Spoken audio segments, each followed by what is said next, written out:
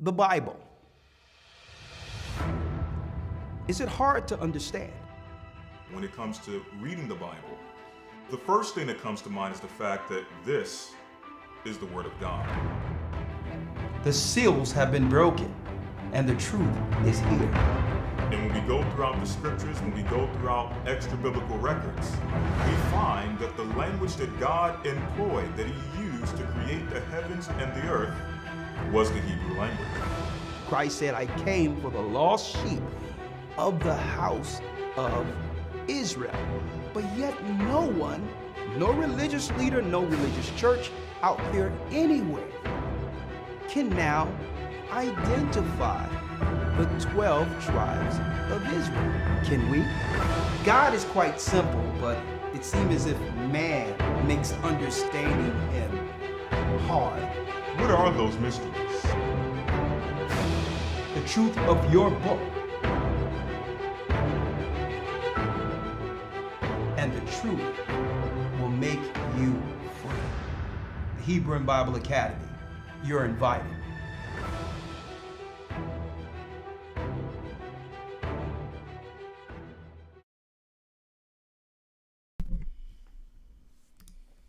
Let's go.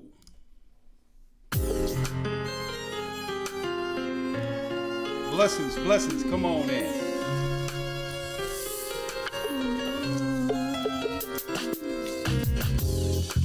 The east is where we're from.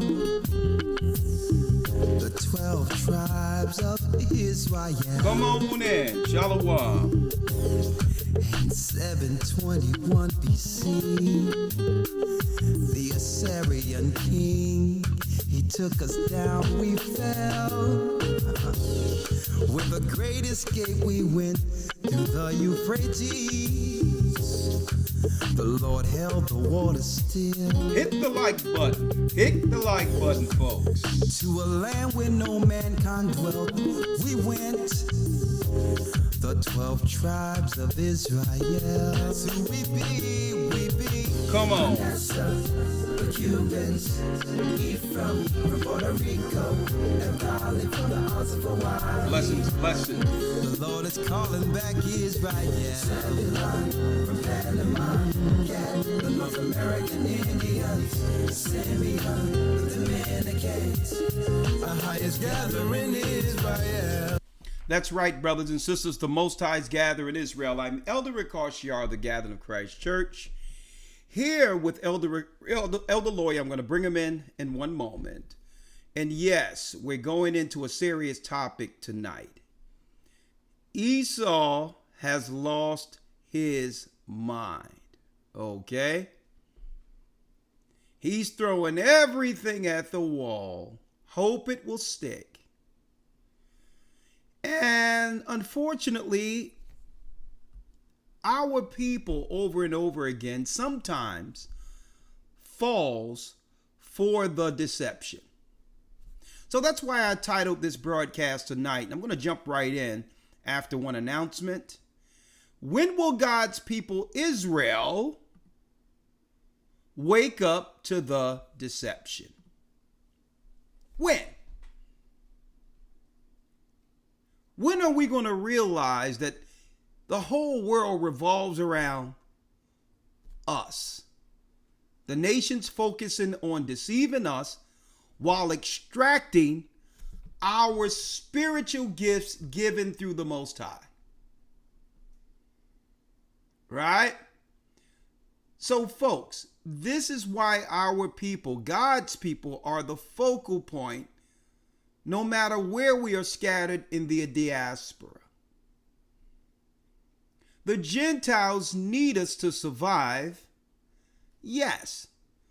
But all in all, in order for them to take our power, our ingenuity, our spiritual gifts given, they must deceive us while extracting our power to utilize it for themselves, to give their families generational wealth.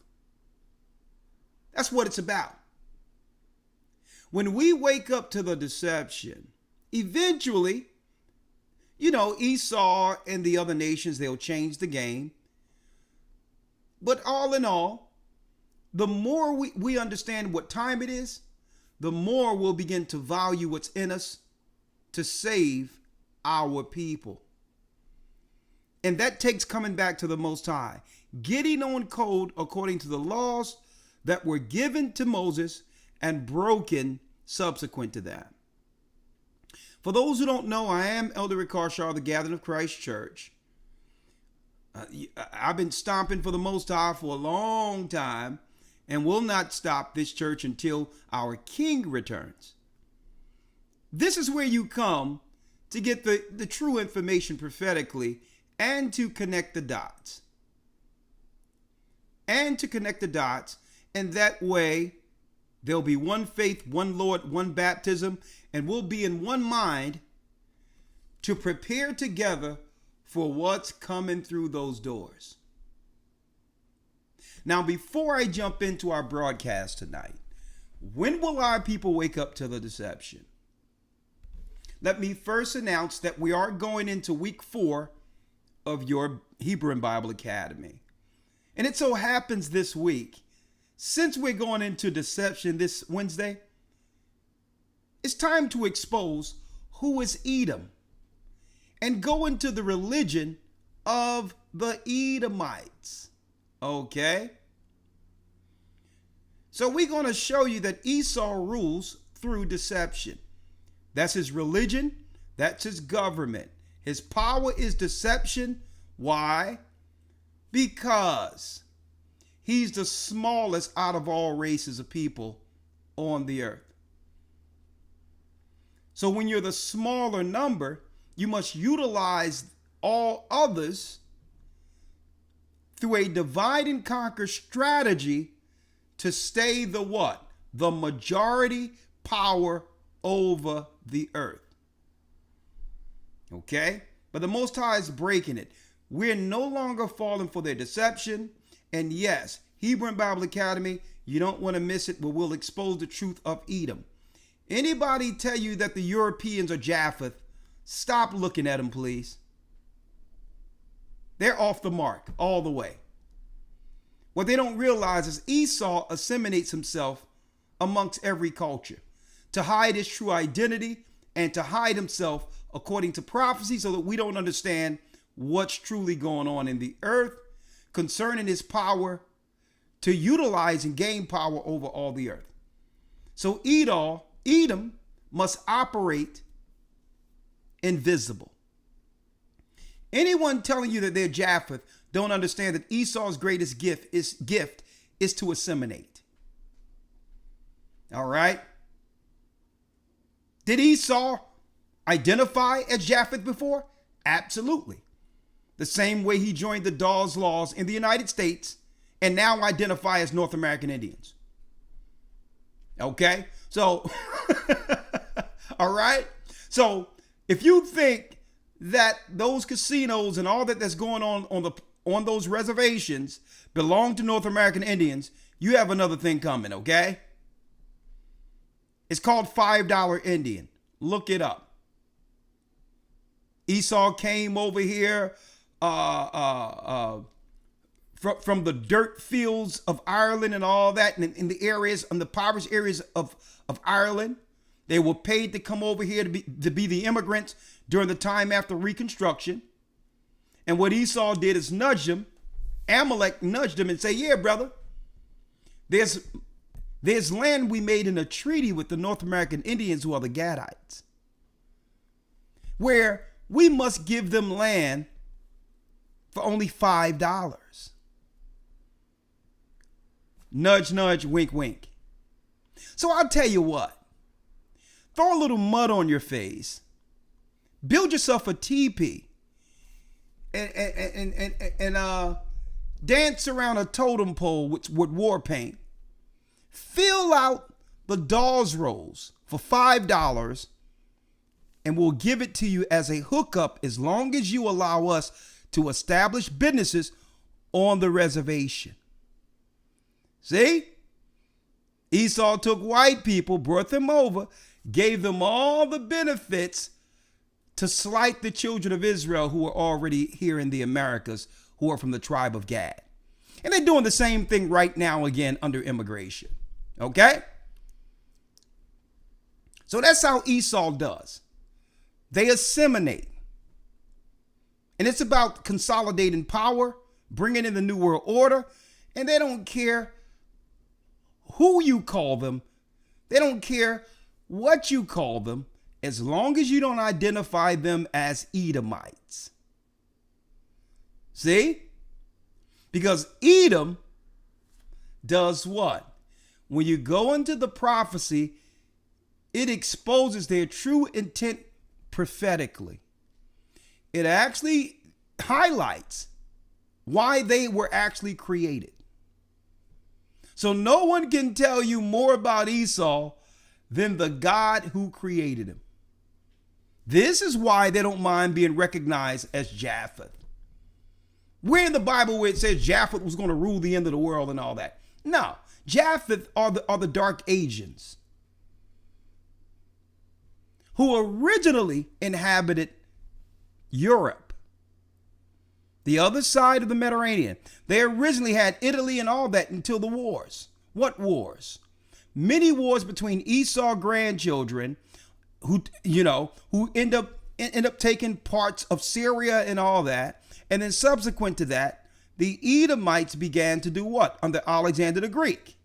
They began to conquer all these areas and assimilate within the culture of these people. Okay? Later on down the line, they became the Khazarians. Everyone thought they were Japheth, but no, they were there based on the remnant of the Edomites who conquered the Asians thousands of years before that. Okay? So now, we're going to go into who's Edom this Sunday, but I want to announce a few guests that we'll have during the Academy this coming for the next 3 months. Week 6, we're bringing in, and he's always an excellent guest. We've had him on this broadcast a few times. The actor, author, and also he became a preacher. That's right, the actor from Sanford and Son, Damon Wilson. We're going to have him as a guest week 6. He has a serious prophetic book that was out years ago that's groundbreaking because he said a lot of what we're going through now. He put it in a book around 2000. And a lot of people don't even know. He's more so an acclaimed author than more so an accomplished actor. And he's a very accomplished actor and entertainer. But anyway, Damon Wilson will be coming in week 6.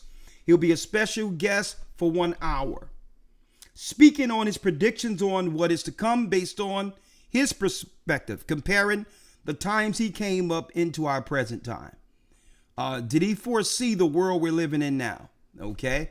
And we're going to talk about that week 6. Week 9, we're bringing in my brother, Elder Rawchaa, speaking on gut health, how they're intentionally doing things to our gut because they know it affects our brain function. Okay.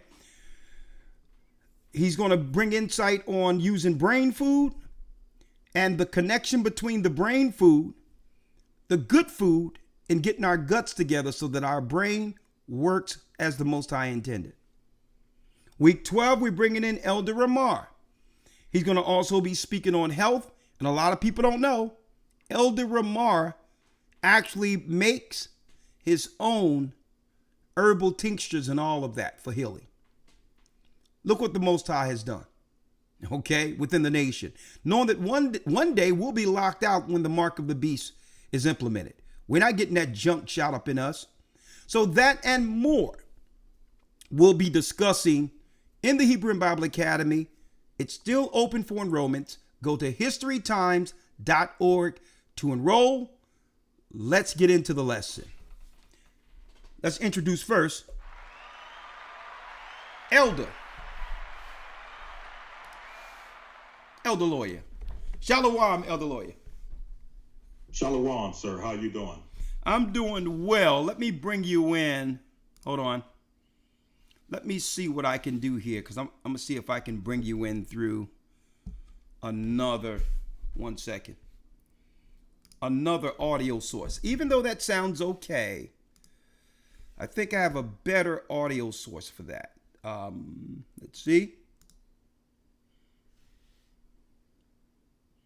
Speaker JBL. All right, try it now, Elder Lawya. All right, Shalom, Shalom. How you doing, sir? Hold on, that sound bad. Say it again. All right, Shalom. Okay, I'm gonna trash that. Let me go back to where it was. Speaker Mac Studio. Say something, Elder Lawya. All right, Shalom. How we doing this evening? We're doing pretty good. One more again. Come on. All right, Shalom. Test it. Mic check 1 2. Shalom. All right, it gets no better than that. How you doing, young man? I'm doing well, sir. I can't complain at all. All right, let me get this thing off the screen. Let's go in, man. Let's go in, Elder. All right. When will God's people, Israel, stop falling for the deception?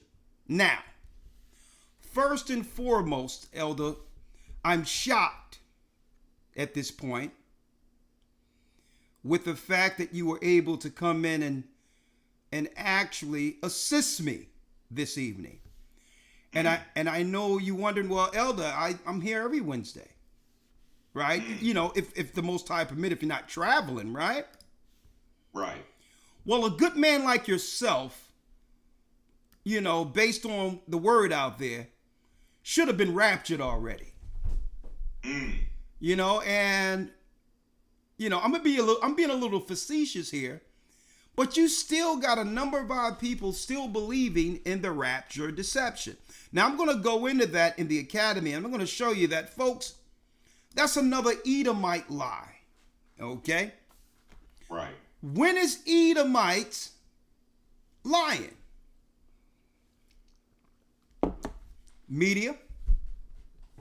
When they're trying to convince you to do something, right? These people have power through psychology. Esau set traps, okay? And then laugh behind and giggle behind your back once you fall into them. They're good for that, folks. They even do it, let me tell you, they even do it at the corporate jobs.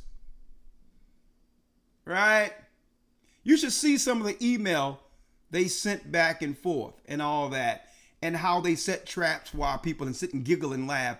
Or they'll put a ditzy, nonsensical Edomite girl who have no sense, just came out of college, an intern, over a qualified person. Like our people. Like they're gonna give you their own little, job toy to play with. Oh yeah, you can just be over them. You can be overqualified and everything, and they'll just give them a person, an actual person to play with. Folks, I worked in a Fortune 500 company, right? I know how the emails go back and forth. And guess what? I know how they operate, especially when they think. When they think in their mind, you're down with the bull they're shoveling. Right? Yeah, I'm going to tell you right now, folks. Esau is a trip. How many of you know the Edomites came up with the rapture? Straight nonsense. But before I go into that, Elder Lawya, let's unpack this. Let's start with Edomite deception number 1. Look at these fools walking down the street right here, and I'm going to give y'all some insight to what's going on. Fair use. Oh. Let's go here. All right, let me go here. I'm going to put this on the studio display also. Listen to this. Charlie Kirk. He was a racist. He was a racist. Now, let me tell you what you got here with the people with the mask on. A guy right here who knows where he's from with the Jamaican hat on and the brown and the beads, right? Look at it. Look at this guy right here. Talking about Charlie Kirk. Speaking of how long will we fall for their deception, folks, this is nothing but DNC, Democrat, Black Lives Matters playbook, rolling it out, trying to connect us with the Charlie Kirk thing that we have nothing to do with. That's all this is. They're trying to roll out a Black Lives Matter script in hopes that our people will be provoked into going out in the streets and protesting now that the armies will be just sitting there waiting to embrace these looters and these instigators with open arms. Okay? This got Fed Op written all over it. Okay? Right? So this is an operation. Ignore it. Don't think anything of it. It's setting a trap. Okay? It's setting a trap. There's nothing but white liberal nut jobs behind this particular demonstration.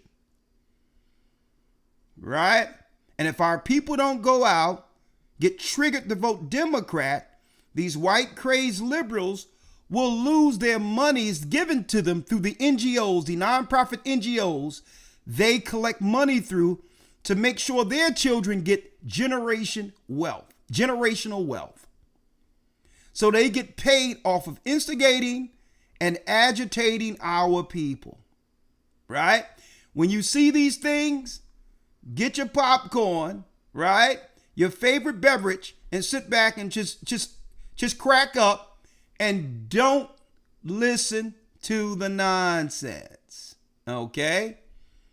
We wasn't even thinking about any Charlie Kirk a month ago, all right? Now, you can't go on any platform online without seeing it, all right? So what you do, ignore it, right? You with me, Elder? Ignore it. They showed a story of a black guy getting hung in a university.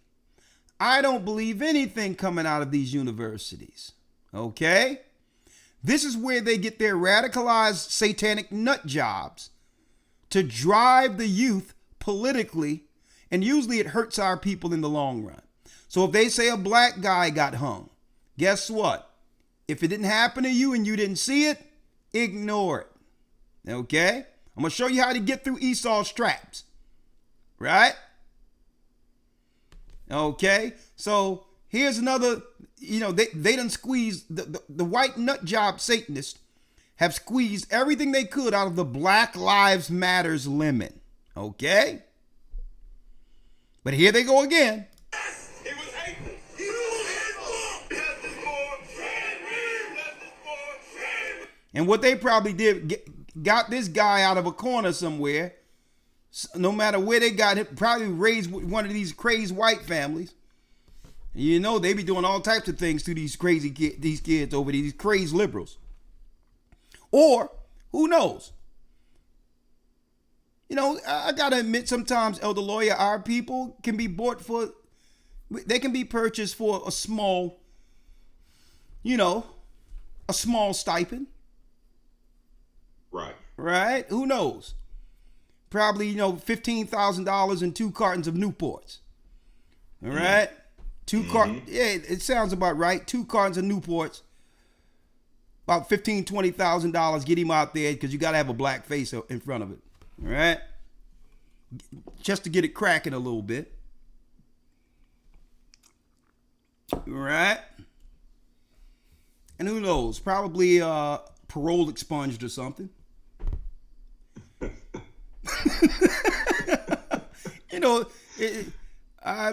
You can always go into jail and get somebody out for a nominal fee, right? So, right. 2 cartons of Newports, menthol works it out. A little parole and about 15 to 20 grand. Right? Usually you can get this thing popping. Right? So let's talk about Esau's character real quick. Brothers and sisters, you're doing a great job holding the line. Okay? You know, swipe, keep on swiping when you see stuff like this. And anytime you hear that something happened and the bullet had inscriptions on it, okay? Just say, listen, just turn the page, all right? What they're trying to do is, in any state, tighten up gun laws where people will not be able to protect themselves while they're giving what? Firearms to a lot of the foreigners who joined the military during the time that Biden let them into the country. So they're disarming citizens of the United States, but putting laws on the books where what? You got it. Laws on the books that will stop you from being able to protect yourself from the foreigners they let over here. Okay? So let me show you real quick. They went and got T off the corner and say, man, listen. All right, we're going to hook you up. We're going to give you some parole. We're going to give you 2 cartons of Newports. And we're going to get 30 people behind you. You know, LBGTQ is all attached to this too, folks. But they, you know, they've been getting that work. So they just in the background right now. They've been getting that work. So, you know, they say, okay, we done ran the black woman thing into the hole. Black women done lost their jobs and all that and realized they've been double crossed by the same crazed satanic white liberals. So let's use a black guy this time. You know, we already had the NFAC, the Not Effing Around committee during Black Lives Matter. Esau say, let's see if we can use that script. Right? Oh, y'all think I'm joking? That's a real organization, folks. The NFAC, baby. The NFAC. That's a coalition right there. You know, shaped out of Black Lives Matter, black nationalism, black separatism, something that's made out of a Hollywood script. And the leader of the NFC was John Fitzgerald Johnson. That's right, Grandmaster J. Okay. Was his operative, his alias name. Right? See, you see that ounce in the middle of that? That's serious. See that ounce right there?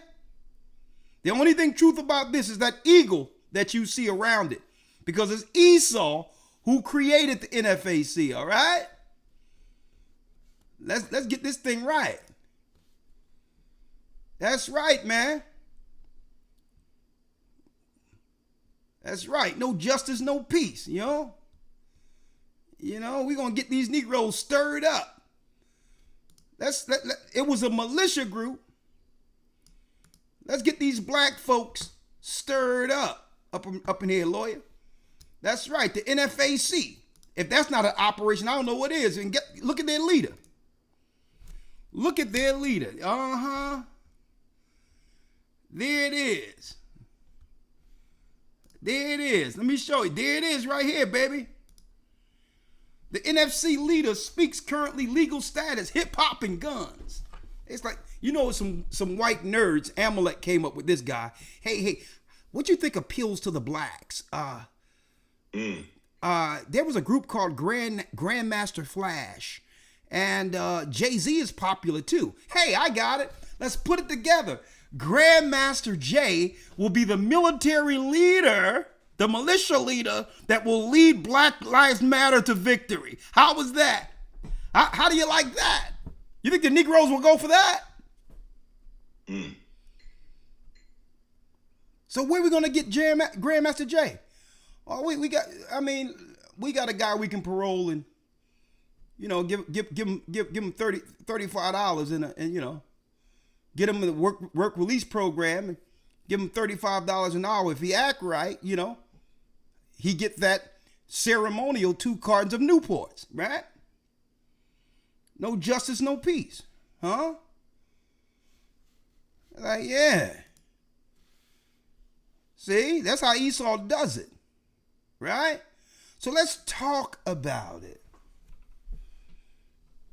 This is how stupid they think our people are, folks. Just listen, and guess what, folks? They're not even trying to make these stories they putting out. They're not even trying to convince people it's true anymore. It's as if they want you to know that witch is using these stories to come after you, and there's nothing you can do about it. Oh yeah, by the way, the perpetrator. The perpetrator had a trans girlfriend, and when he climbed down, he made sure he left the shells of his bullets on the side, right next to the building, that was inscribed that he's coming after MAGA.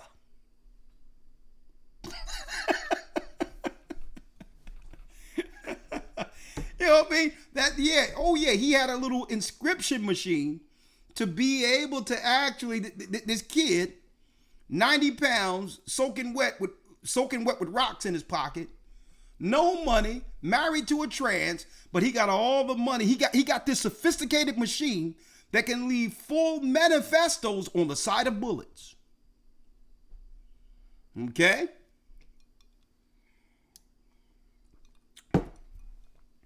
So let's go into it. Let's go into Esau's character, Elder Lawyer. Yes, sir. Let's go into Esau's character, right? Let's go to the Bible real quick. Let's go to the Bible. Let's talk about Esau's character.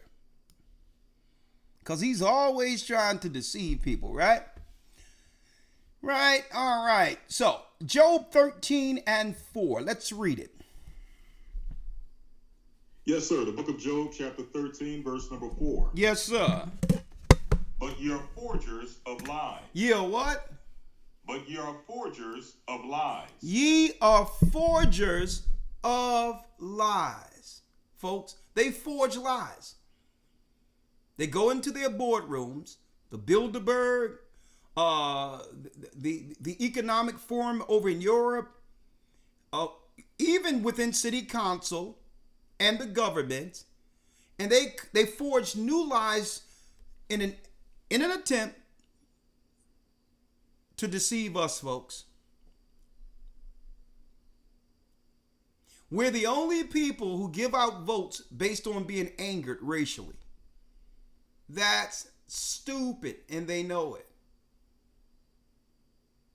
How much is Barack Obama worth now compared to when he was voted in? Another foreigner.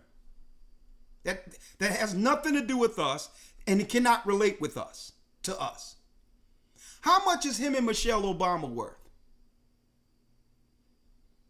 Hundreds and hundreds of billions of dollars, folks. But yet, if they can anger you into voting for him, they get paid. The white liberals who put him up get paid, while our people continue to suffer. So they just try to forge a new lie in an effort to get us back on the Democrat satanic train that have always destroyed our people since the Israelites were brought over here on slave ships. Right? It's the same thing. Wash, rinse, repeat. Right? Forgers of lies. And they are what? Ye are all physicians of no value. And they are physicians of no value. You very rarely hear Christians and people going into this Bible reading the scriptures where our God is telling us not to trust them. Now, people try to claim that the Bible is a white man's book. All through the Bible, God tells us not to trust them. They are physicians of no value. Why? Physicians were normally in the past, in ancient times, physicians use herbs to heal people.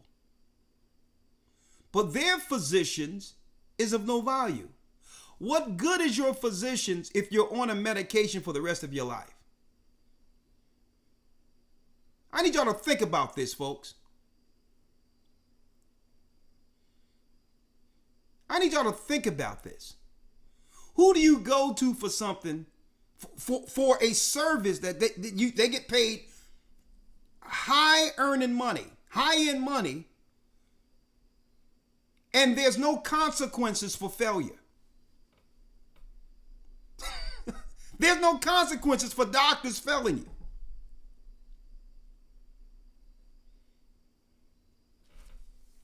I need y'all to think about this. There's no consequences.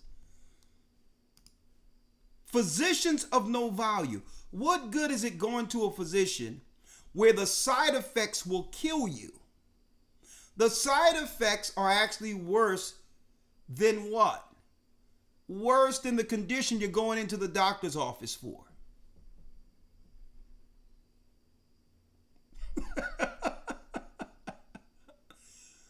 You go in there, with a muscle, a calf muscle, and the next thing you know, they tell you on the side effects that you're going to urinate blood. You may have a collapsed lung. Your heart may stop. And you may have suicidal thoughts. And if you have these suicidal thoughts, you'll have your head together enough to call your physician. Okay? No problem. So they are forgers of lies. And what is God telling us when he says you are all physicians of no value? We have to really put an eye on what their physicians are in place for. Look up eugenics. EUGENICS. They turned eugenics into healthcare. All right? To justify using our people as human guinea pigs. All right? But that's a whole nother broadcast. We're going to do a broadcast on eugenics, which is another biological tactic of Esau against Jacob. We are Jacob. The powers that be, the Europeans, aren't from Europe. They're from Mount Seir. Later they went to the Caucasus Mountains. They are Edomites. Okay? Now, Esau is known as what? Right? Elder Lawya, if you will. Let's now get Genesis 25. But we're going to go more in depth on Esau this coming weekend, this Sunday. All right? When you go to Genesis 25, it talks about Esau who came out red. Right? Right? Esau came out red. Let's start at the 22nd verse. You right? Yes, sir. Do me a favor, if you can, Elder Lawya. Bring your microphone a little more close to you. All right. Is this better? That's 100% better. All right? All right, go ahead. All right. Genesis 25 and 22. And the children struggled together within her. And she said, if it be so, why am I thus? If it be so, why am I thus? And she went to inquire of the Lord. And she went to inquire of the Lord. That's a black woman and a black man having children. Okay? I have to stress that. Right? Right? It says, and Isaac entreated in the Lord for his wife because she was barren, and the Lord entreated of him, and Rebekah his wife conceived. Read. And the children struggled together within her, and she said, if it be so, why am I thus? And she went to inquire of the Lord. She went to inquire in the Lord. Now, when you look at Jewish literature, folks, Jewish literature, there's records of what? Ginsburg, the book of Ginsburg, where it goes into the stories where the rabbis break down this story on a higher level, according to their religion. Under the Ginsburg book, it states that Esau and Jacob was in the womb battling for rulership and power that was given to Abraham through Isaac. And Esau told Jacob in the womb, if you don't let me out first, I'll stay in and kill mom. I'll live, but she'll die. That's in the Ginsburg records in all Jewish libraries everywhere. The belly of this black woman, Rebecca, represented the earth. 2 royal seeds coming out of one man fighting for rulership over the earth. Either they were going to rule or we were going to rule. See? It started in the mother's womb. And the children struggled together within her. And she said, read. If it be so, why am I thus? And she went to inquire of the Lord. She went to talk to the Most High. She went to Mount Moriah to get some insight from Shem, who was living at the time. Read 23. And the Lord said unto her, 2 nations are in thy womb, and 2 manner of people shall be separated from thy bowels. 2 races of people are in you. That's why they're fighting. One promise, 2 separate races of people will eventually come out of her. Even though they both initially have the same genetics. Esau would eventually go to Mount Seir and mix his bloodline with the Canaanite bloodline. Some of the families, or the strong families of Esau that rules in Europe today, would come from those families. Part Esau, part Shem, part what they would call Semitic, and part Hamitic, Canaanite. Then you have other families out of Esau that came through Bashemoth, Ishmael's, one of Ishmaelite's daughters, and they will be a separate race. Okay? A separate race, but still Edomite family at the helm. That's why when you hear that Edomites are Arabs, they talk about the what? The Edomites who married into Ishmaelites through Bashemoth. And those are the families of Bashemoth. They're the Edomites who rule over the United Emirates that rules the Arabs in the Middle East. It's those families. It's still Esau in charge. See? And the Lord said, 2 nations are in thy womb, and 2 manner of people shall be separated from thy bowels. Read.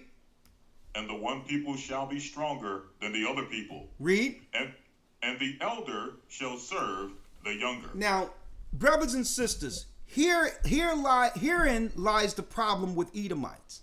This prophecy right here. That we are naturally stronger. So they use what? Forgers of lies and physicians of no value to even the playing field.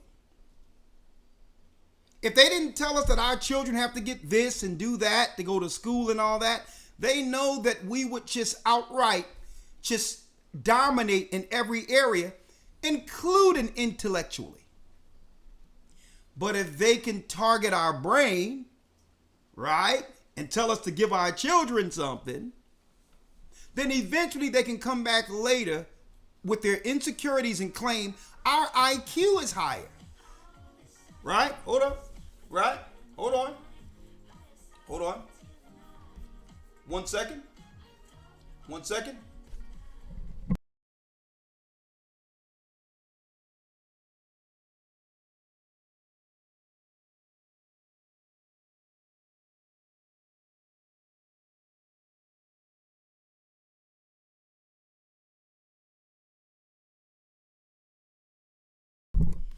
Yeah. So what they'll do, brothers and sisters, is what they'll do is they'll mess our children's brains up, bring their nut job liberals that usually live amongst witch covens and are Satanists, make them our school teachers, right? Agitate our children, miseducate our children, only for them to come on the back end and say, well, we have a higher IQ than you, after messing our children's brains up. Because they know we're naturally stronger. We're connected to God. Herein lies their insecurity and issues. Right? Because we're stronger. Right? And what they do is, because of their insecurities, psychologically, they try to press us with their insecurities and put their insecurities on us. And a lot of our people fall for it, unfortunately. Okay? The elders, and here's the other issue that they have. That the elder was made to what, Elder Lawyer? To serve the younger. The elder was meant to serve the younger. This is one of their greatest issues. One of their biggest issues. The Edomites came out first, but eventually the earth will belong to the promised people. We are the promised people of Israel through the promise that was given to Abraham. We are. So this is their problem. They came out first, but yet they don't get the eternity that will come to this earth when Christ returns. They don't receive that. This world, the power that they've consolidated, according to prophecy, is all they'll have, and their time is almost up. That's why they're losing their mind. That's why every day there's another event out there. There's another event, because what are they trying to do? I'm going to tell you why there's news of traumatic proportion almost every day. If they can make all these events every day, they take full control of the media cycles. And by doing so, we're not looking into what's truly going on in the earth. It used to be, they used to be able to do one of these once, like 911. That thing, they squeezed all the lemons, they squeezed all the juice they could out of that one.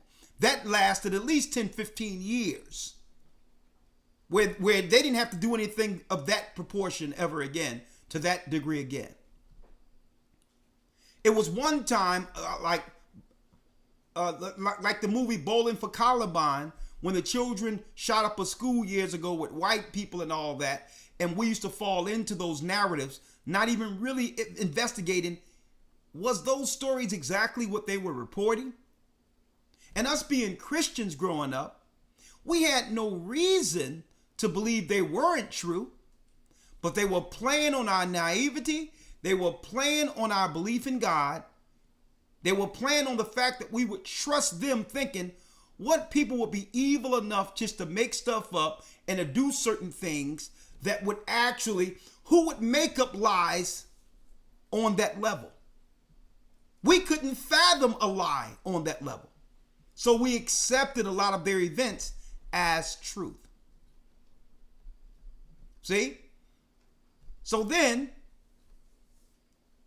with all these events going on, it used to do what? Through trauma, through traumatizing the citizenry, you now gain control over that, where the government have to bring solution.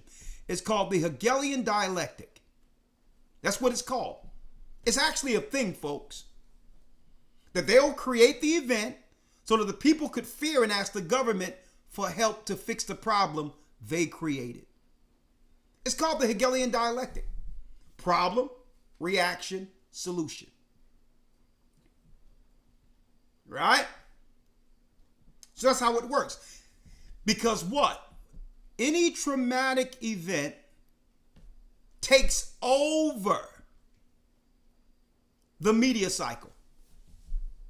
So then, because of this big thing they claim happened, they can now ignore what they're doing to us. We can now ignore it because now we can say, well, hold up. You've enslaved our people. You gave everyone reparations instead of our people. You're taking our right to earn away. And then they'll look at you and say, well, hell, well, that pales in comparison to what's on the news right now. So they'll put that on the news while ignoring their continued tyranny against us.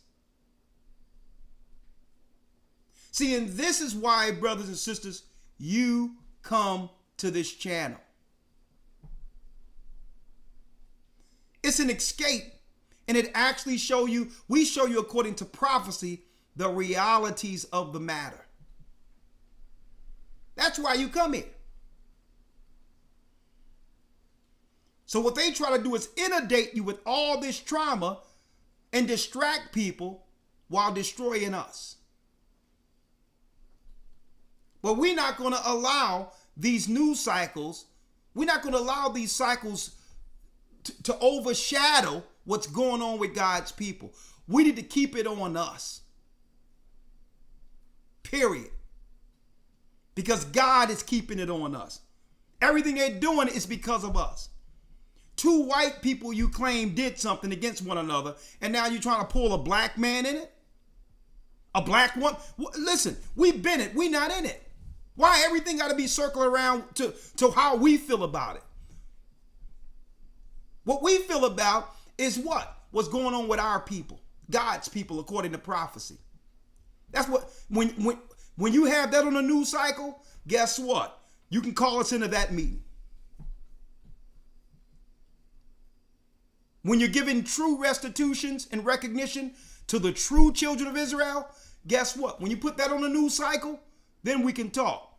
But guess what? In the meantime, we're going to put it on the news cycle right here. Let's go back into Esau, right? Yes, sir. Verse 24. Yeah. And when her days... Let's go. In her days to be delivered, come on. Yes, sir. 24. And her days to be delivered were fulfilled, and behold, there were twins in her womb. There were twins in her womb. And the first came out red all over like an hairy garment, and they called his name Esau. And the first came out red all over like a hairy garment. Yes, they are not white, okay? Now, just because someone is an Edomite doesn't mean that they can't get accepted if they were to put down paganism, satanic operations that they are part of, and fornication, and repent and begin to follow the law of their father before he went rogue. Esau is one of the sons of Isaac. At one point, Esau knew better. So through Christ gave them an opportunity to do what their father rejected. To follow the truth. But know by following the truth, that prophecy stands in the future. The elder shall serve the younger. I didn't say it. God said it. God said that one day Esau would have dominion. And we have no problem with white people ruling because God gave you the dominion. So now you're not going to have no problem now that you done tanked the whole earth and tore the whole earth down to crap. Don't try to blame us now. This is the world you built for yourself. Okay? This is the world you built for yourself. So don't try to blame us. The crap that this earth has become, that's one thing I'm thank the Most High for, Elder Lawya, that they can't blame this on us. Right.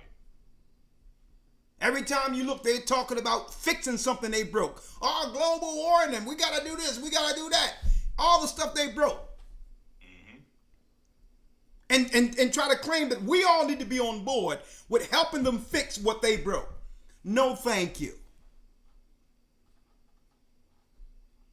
That's one thing you can't do. They try to blame us for all types of stuff. But the conditions of this earth was placed under Esau's hands. Okay? The first came out what?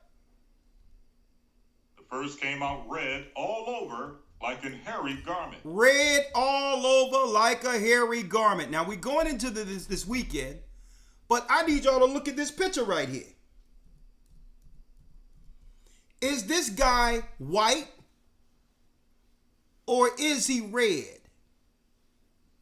Now it so happens when you look at the bottom of the page is white. The shirt collar he has is white. Is this guy closer to his vesture, his robe, or his collar? Look at his hands. Look at his face. Look the characters next to him. And what you got to do is watch out for those kids in the midst of it. Red all over. So they can't hide themselves. So you can't tell me they're not Edomites. The Bible describes them. And they mixed with leprous Canaanites and brought forth the royal families and the elite Edomites that we see over in Europe today that makes the 10 horns. You want that history, that information? Come on into the academy. You'll get it this Sunday. These are Edomites. All right? Now, Elder Lawyer, one other thing about Esau is his pride, right? Let's now go to the book of Obadiah. The book of Obadiah, right?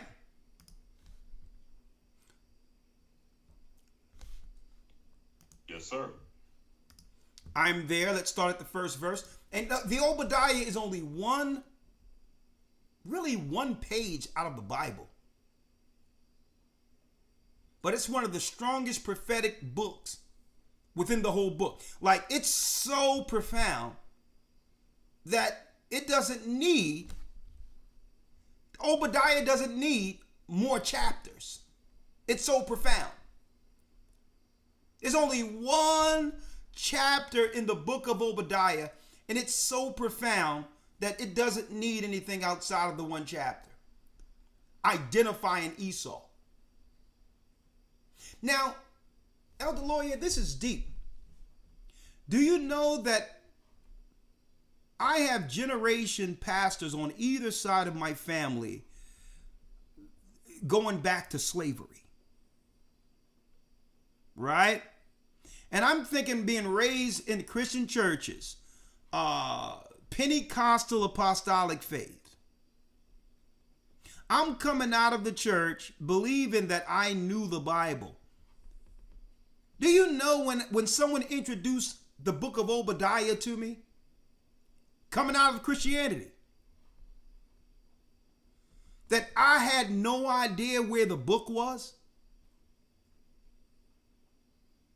And I looked at the book like, what is this doing in here? All the years being a Christian, going back generations, none of us knew anything about the book of Obadiah. And I believe that was intentional. Because Obadiah identifies Esau. Right?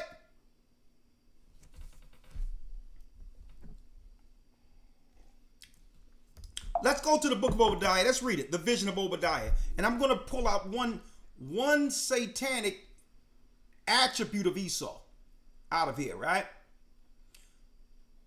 Obadiah, Yes, Obadiah 1 and 1. And then we're going back to Genesis. Yes, sir. Obadiah 1 verse 1.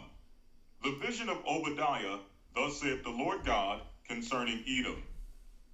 We have heard a rumor from the Lord, and an ambassador is sent among the heathen. Arise ye, and let us rise up against her in battle. And that ambassador wasn't Gumnanassa, folks. That ambassador is Iran. The final war before the whole earth locks down. And guess what? The whole COVID lockdown for all the earth was really preparing the earth to be locked down for the war when Israel engaged against Iran. Right? So while we're looking at Charlie Kirk and all of what they're doing to do what? To take over the media, to take over the media lines or the media's, I would say, headlines throughout the earth. No one is talking about what's going on between Israel and Iran right now. No one is really concentrating on the fact that they're still wiping out Gaza. You notice that? So a lot of these events we're seeing in the United States is really to control the media output so that people are not looking at what's going on prophetically. Huh? I'll look at 1 minute of what news they put out there, and I know exactly what they're talking about as far as, and I know when it's an event to distract people. We have to become what? We have to be savvy, prophetic thinkers going forward. Anything in the news, we have to ask, how does this fit in prophetically with what God said? Or are we being what? Are we getting diverted and deceived by Esau? See?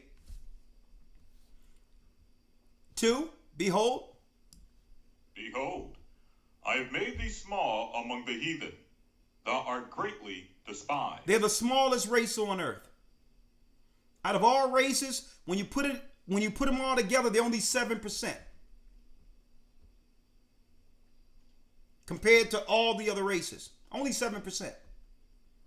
So they're smalls. Being that they're small in number, then they must use weaponry. They must use bombs to make up for the numbers they lack.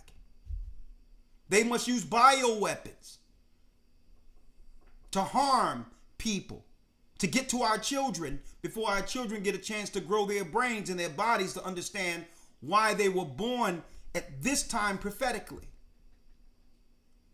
So because Esau is small, he must use bioweapons, physical weapons, as well as psychological warfare. He must lie and deceive based on his numbers.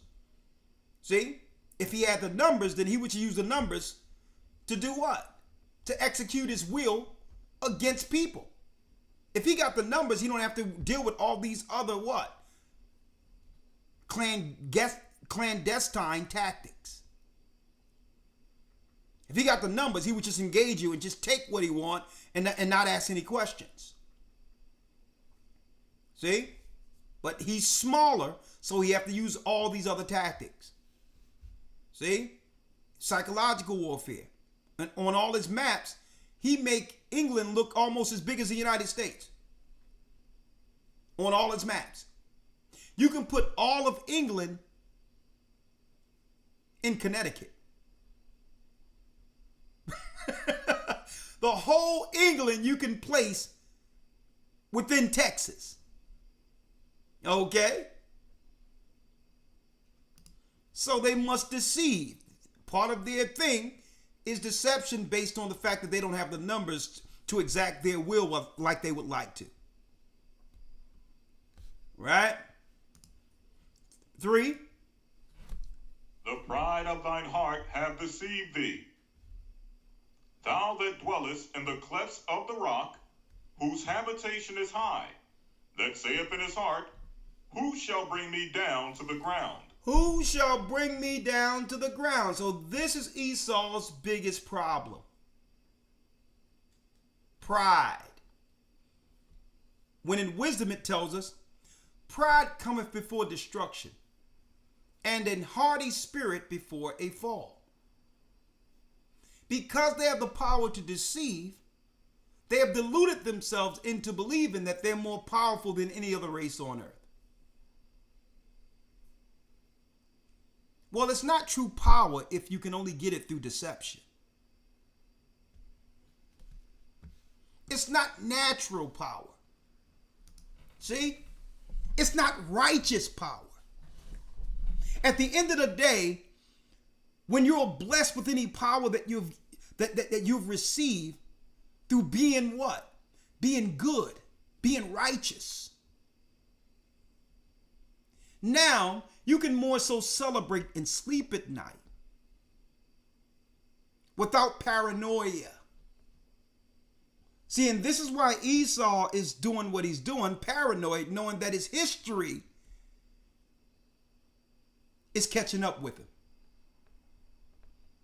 Hence the reason he don't want certain things taught concerning his history, because he would like us to believe that he received everything righteously, and now the world see that it was all a ruse. That's why it says all nations are looking at Esau and saying, man, you're not right. You attack people who aren't even attacking you. You're waging war against people who are not even thinking about you. When are you going to stop? And it's all because it's perpetual hatred against us, his brother Jacob.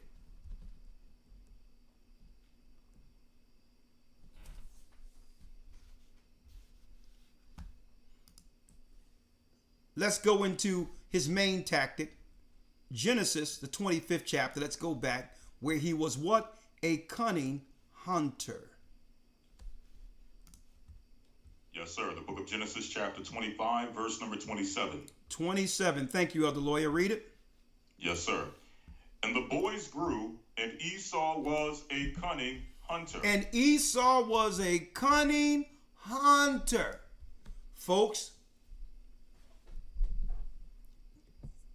this is his main superpower. Only through God in the Bible can we identify such a character. Without the Bible, he would have remained the invisible man. Right? He can use Hollywood, Celtic wood, magic wand to make any of us believe he'll be anything that he appears to be through Hollywood. Right? A magic wand. Hollywood was what? The Celtic wood that the Druids in England, made their magic wands out of. It was Celtic wood. But now we are now identifying, according to God, their greatest superpower. Cunning hunter. See? But in Hollywood, they can make themselves out to be anything they want. Hey, why can't we be anything we imagine? That's what they'll tell you. Hey, I know I'm not Asian, but I'm the last samurai. Okay? Right. I'm the last samurai because I said so. I'm Iron Eagle. I'm over the top. See? I can use Hollywood to be anything I would like to be. I'm Top Gun. I can fly planes and maneuver it. And all of those maneuvers, folks, came out of our people. That's right. The Tuskegee Airmen was flipping planes that wasn't made to move like that. And that's where they got all those maneuvers from. A lot of people don't even know this. They're like, man, we didn't make these damn planes to be able to do this. That's what happened when Jake get in it. We start dancing with the planes. I'm Top Gun. I'm the last samurai. A matter of fact, even though boxing, some of the greatest boxers came out of Philadelphia. Meldrick Teller, Bernard Hopkins, Joe Frazier. When you go to the art museum, guess who you see being worshipped as an idol? Rocky. Adrian, I did it, Adrian.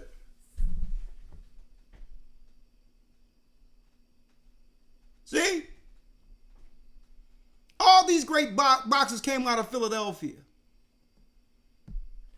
Right? And then and people travel from all over the world to take a picture in front of the Rocky statue.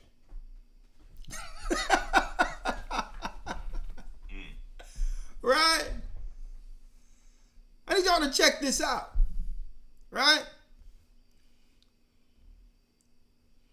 And even that fight that just went down between Elder Lawya, you a boxing connoisseur, the last two people that boxed. It's about Terrence Crawford and Canelo Alvarez. The whole hype of the fight, without people even knowing it, you know there was a racial connotation to that. The Mexican who like a white redhead white man. Right. It's the same thing, that racial tension that no one truly understands. Well, what is at the heart of all this? We're reading it. Right? Yeah, my man came with the Philly shell. What was his name? He came out a little after Talking about Floyd Mayweather. No, it was a guy before Mayweather. What was it guy that had the shell? What was his name? His name was Pooh something. I forgot his name. Okay. I forgot his name, Elder Lawya. You the boxing guy. You watch it. No, Pernell, you're not talking about Pernell Whitaker, are you? Pernell Whitaker. Pernell Whitaker. Yeah, there you go, young man. Pernell Whitaker. Yes, sir. He had the shell with him. Yeah, all these great boxers, when people come to Philadelphia, take a picture with Sylvester Stallone, right? Right. So right. This is his greatest. And guess what? I don't downplay when any person have been given gifts and talents of excellence. It's not like there weren't any great white people or great other races who've accomplished things. But I'm just showing you an example. How Esau can use Hollywood and become everything. Right? To downplay Jacob. To downplay Jacob, his brother. And it says, and the boys grew, and Esau was a what? And Esau was a cunning hunter, a man of the field. A man of the field. A cunning hunter, and he liked to hunt. He out there with bow and arrows. Hey, to get a deer next to him, Elder Lawya, I don't know if you know where to purchase some deer pea spray. You know where to get that at? Well, sir. You ain't going to Amazon a bottle of deer urine spray so you can get next to those deers? Man, Hades, no. Man, who comes up with a can of urine to smell, to smell like a male buck to get deers next to you?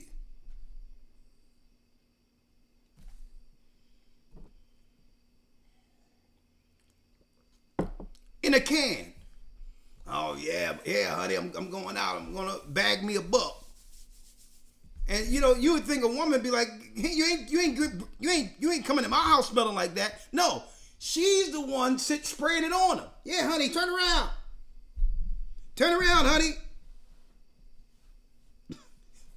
Yeah, let's get this thing popping.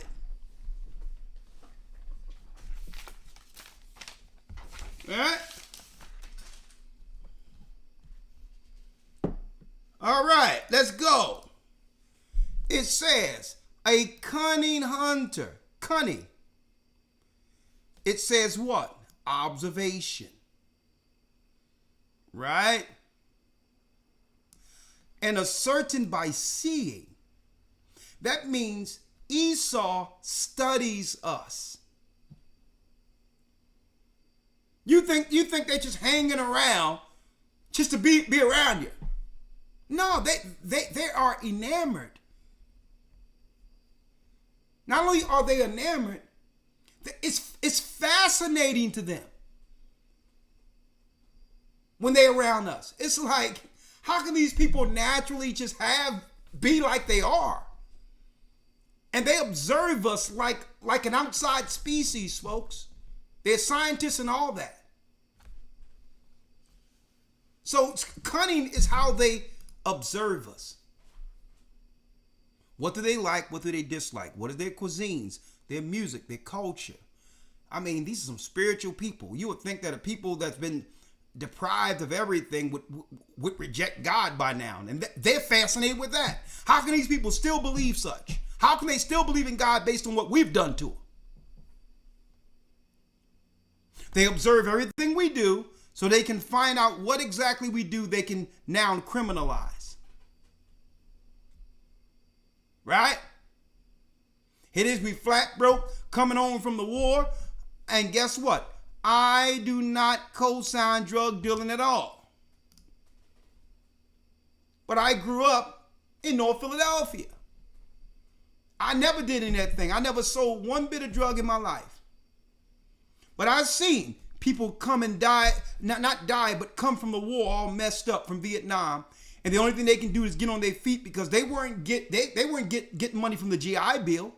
They weren't getting homes like the white people. They would come right back into the neighborhood. Any money they had, they would probably go buy some marijuana. I remember those little yellow envelopes they used to put a nickel bag in. And sometimes people would grow their own marijuana seeds and start, just selling marijuana. Now, the Bible is not down with marijuana, folks. I don't care what people tell you, but I remember that used to happen. Why do I bring it up? Our people weren't really making money like that off marijuana. It was enough to probably get them through the week. They criminalized that, locking our people up for 5 years and all of that for a few nickel bags. And now I'm looking almost on every corner in their stores now. Where now the place that sells vape, the place that sells alcohol, they have a license to be able to sell marijuana coming from other countries. When I remember our people getting locked up who fought for the country selling marijuana. So they watch what we do naturally, the stuff we use just to get by, to criminalize it. That's cunning. If they really thought marijuana was a criminal offense, there wouldn't be marijuana easily accessible throughout the whole United States right now. Right. See that? So they think we forgot, the times back then. They're straight hypocrites.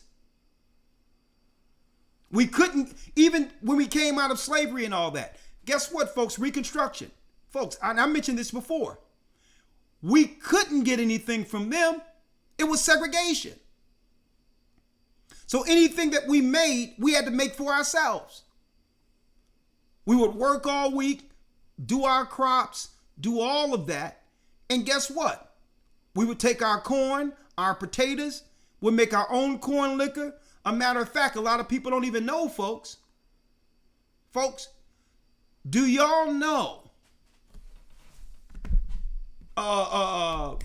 what's that alcohol? It's called Uncle. Let me pull it up.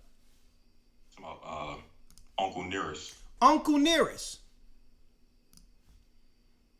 Uncle Nearest was the first alcohol brand that we would have. Who stole his recipe? Let me get it. I think it's Jack Daniel. Jack Daniel. That's it. Uncle Nearest is the original formula for Jack Daniel's alcohol. We were making our own alcohol.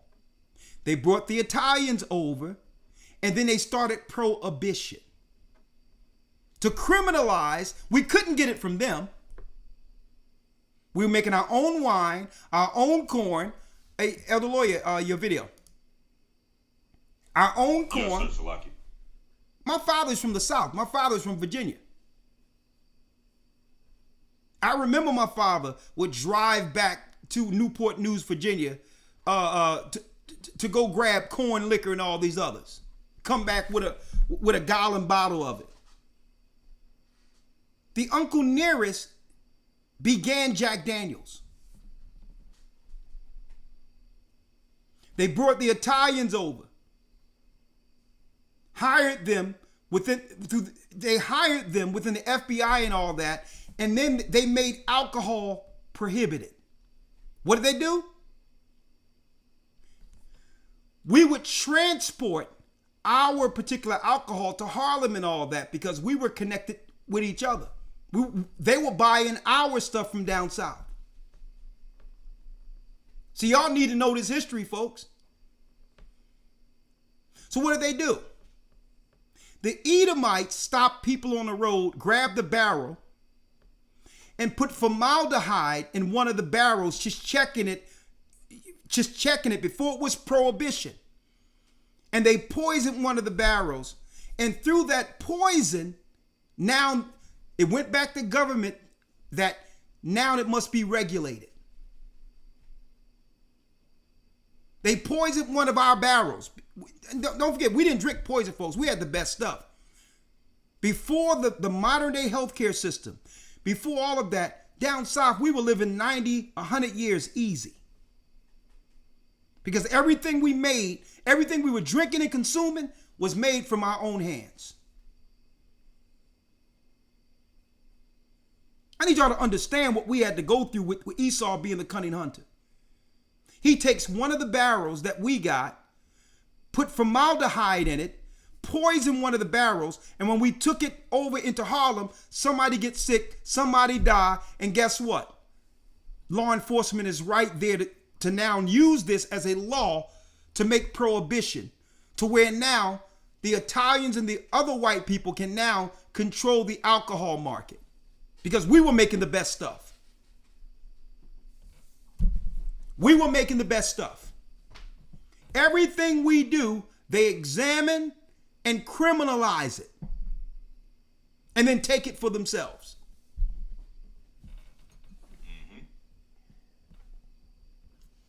They're cunning. They're cunning. And they are what? It says Esau was a cunning hunter. A cunning hunter, a man of the field. That means what? The chase. Esau is about the chase. Keeping Jacob on the run. And you know what it tell you? That word, tasayad, it says game. This is a game to them when they play with our minds, play with our psyche, play with us medically.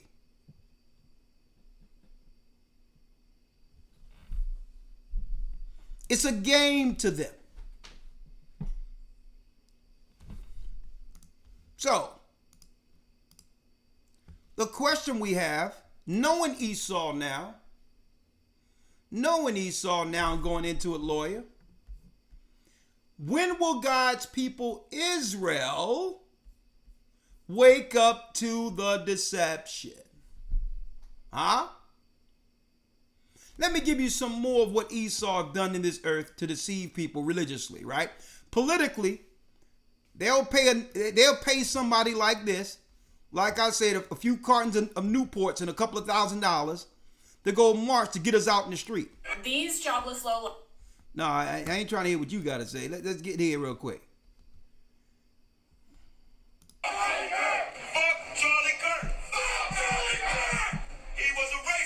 So now they'll use little pawns, the Democrat Party and others, immigrants, they'll put all these people together so that they think that we're going to see this and go out and march with 30 misfits they paid right here. So they try to trick us politically, right? And what they'll do, you see the white woman, racist he was, right? So she's triggering our women and others to go out into this spectacle that the Democrats have created. All right? So politically, they try to deceive us. We're not going for it no more. Number two, spiritually, they cannot control us because we found that their Christian doctrine is a bold-faced lie, a ball of confusion, a ball of hell. The Bible is fine. Our people are fine. But Esau is crazy. He had no business dealing with our Bible. Okay? And because he was dealing with our Bible and our people don't know any better, you had our brothers and sisters in Africa who believed that the rapture was going to happen today. Here it is. There it is. Huh?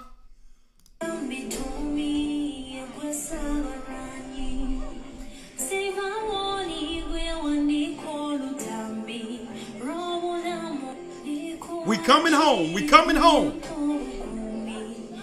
We coming home, Elder.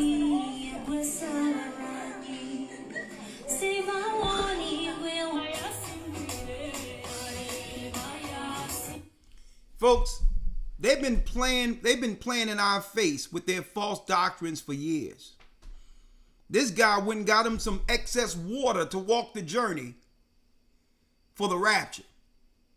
If you think you coming home, you don't need none of this. Look, all the way going back there, folks. Look, all the way going back here, folks.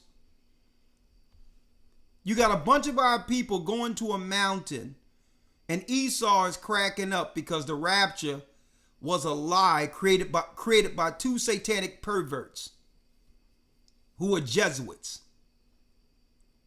Okay? Alberta Rivera and Ignatius Loyola, two Edomites, all of them, the Jesuits, came up with this garbage rapture doctrine of dispensationalism. It's not in the Bible at all. Zero. When it says our people will be caught up, that's the last trump. That's when Christ returns, folks. There's no story in the Bible where there's a church that's floated up, then an antichrist come out for 7 years to put the people under the mark of the beast, and Christ come back at the end of the 7 years. That's dispensationalism created by crazed nut jobs. And now they got our people today. And guess what? They did this before, folks. In the late 1900s, another perverted freak by the name of Charles Taze Russell, okay, the father of the Jehovah's Witnesses, took all of his people to a mountain and claimed Christ came to a mountain, and he said he was going to return back then. These Edomites are good for this. Now, some people might ask, well, why would Esau do this being the cunning hunter? What happened, Elder Lawya, to the faith of all these people? When they believed Christ would get them out of their impoverished condition, September 24th, what happens the next day when they realized, or what they thought? And what happened to the faith when they believed that their God left them here? Right. If they lived all their life for that moment, how many of them are going to just walk away from the Bible altogether, believing that the rapture actually came from the Bible? So this is the spirit that leads to what? Non-belief. A shaking of faith. That's how Esau benefits. Now he can get Jacob, what? To walk away from the only book that could expose him.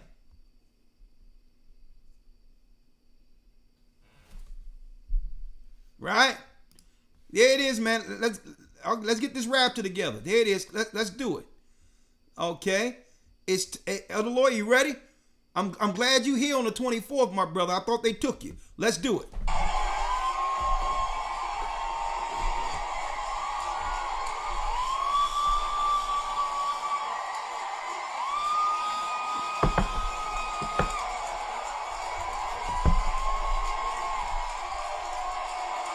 Elder Lawya, you probably don't know what's happening, but they screaming for Christ to come grip them up. Don't pass me by.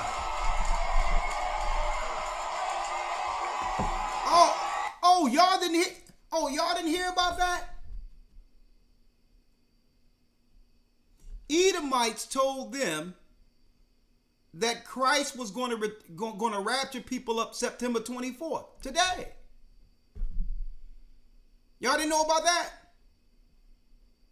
So the rapture was supposed to happen today, but if Edomites didn't come up with the rapture deception from the beginning, none of this would have ever happened. There is no rapture. It was a lie. Right? Let me show you the creators of the lie, if you will. The creators of the lie was who? Let me get it here. Here's the creators of the lie right here. Y'all, get in that academy, folks, because we're going into the rapture. This academy.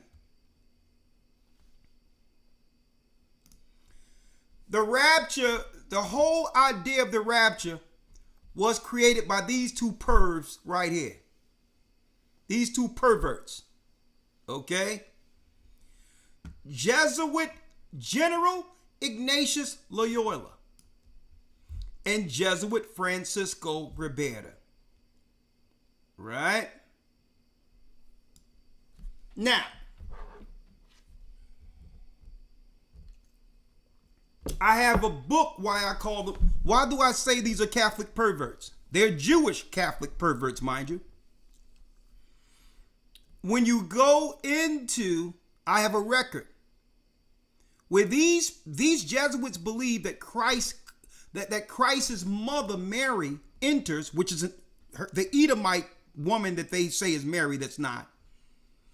And that one of their Jesuit priests said that he had an interaction where he would nurse, like a baby nursing from a mother, that he nurses off of Mary who came into the room. Right? These are the sadistic, satanic perverts that use what? Deception through their doctrine. And through their deception, it shakes the faith of our people who should understand the value of the Bible. So these pervs, these Satanists came in and said, I'm going to twist all the prophecies around so that God's people would lose faith with a new engineered second coming. This is how we're going to shake the faith of Jacob at the very end. We're going to have them looking for prophecies that the Bible never stated would happen. Right? Now, what did these two pervs come up with? Now, a lot of you don't know this, folks. A lot of you don't know this. The Jesuits shape all of the doctrines throughout anywhere in the world. All Christian doctrine is shaped through these people.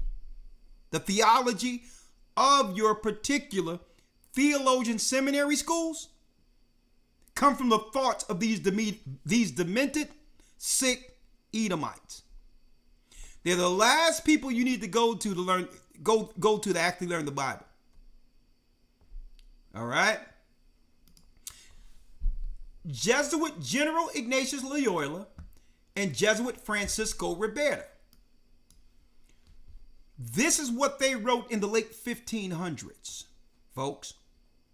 They wrote in their 500-page commentary. This is what they said that they wanted people to understand. 1585, they came up with the Sacramentum Ionis Apostoli and Evangeliste Apocalypsin commentary. an evangelistic commentary on the book of Revelations. And they said in the 1600s, and these are Romans, folks, Roman Jews. This is what we're going to make the people believe up until the time Christ returns, once we take over the earth with the false Christian, satanic, Roman theology. At the end of the day, we're going to have the world believing that the Antichrist is one man opposed to a government structure. So they're going to have people searching for a boogeyman that doesn't exist. Okay? The government, along with the papacy, has always been the Antichrist. King James exposed that. Right? So they said at the very end, we're going to have Christians chasing their tail like a dog chasing their tail. And we're going to make them look for one Antichrist while we're kicking them in the tail as the Antichrist. We're going to have our foot all up in there behind what them looking for the Antichrist when we're executing all the powers of the Antichrist by keeping them under our foot. Okay? We're going to also tell the people in this commentary that the Antichrist will build a temple in Jerusalem. So ever so often, what happens? Ever so often, you'll hear a circulation where the third temple must be built in Jerusalem. What scripture is that? They created prophecies outside of what Christ said to look for, intentionally, so that when none of this stuff happens, Christians will begin to lose faith. God's people will begin to break faith, and by walking away from the Bible, now you've run into Esau's trap as the cunning hunter. See? Another thing.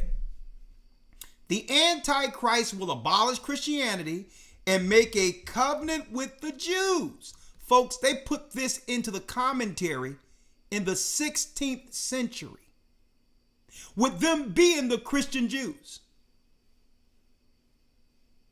So in the 16th century, folks, they said that they were going to take over everything. And at the end of the day, we'll have our people, God's people, the people in the book, looking for them to rule from Jerusalem.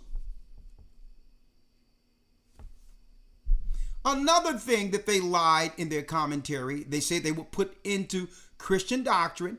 And when your preachers go to theologian school, you're learning from these pervs right here. Right? The Antichrist will call himself God. That's nowhere in the Bible, folks. When it goes into Thessalonians, it's not talking about no one man standing up at the very end saying, I'm God. How do you know this? The same Paul who wrote the book of Thessalonians stated that the mystery of iniquity doeth already work. So if it was going to be a man in the future, who was working back when Paul was in position, when Paul was living? Rome, the satanic priesthood, the Roman government.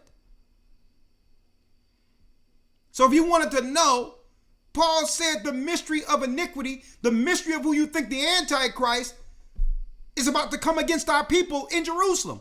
That's what Paul stated. But the last place you would look for Edomites is within the 12 tribes of Israel. Remember earlier I was telling you how Esau assimilates with other cultures and other races of people and ethnicities? Well, he was able to hide himself by claiming to be one of the tribes or any of the tribes.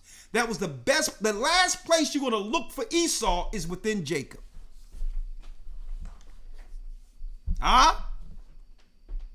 The last place you will look for Esau is within Jacob. So he did a mind job, Esau did on the whole world, through this commentary in the 16th century.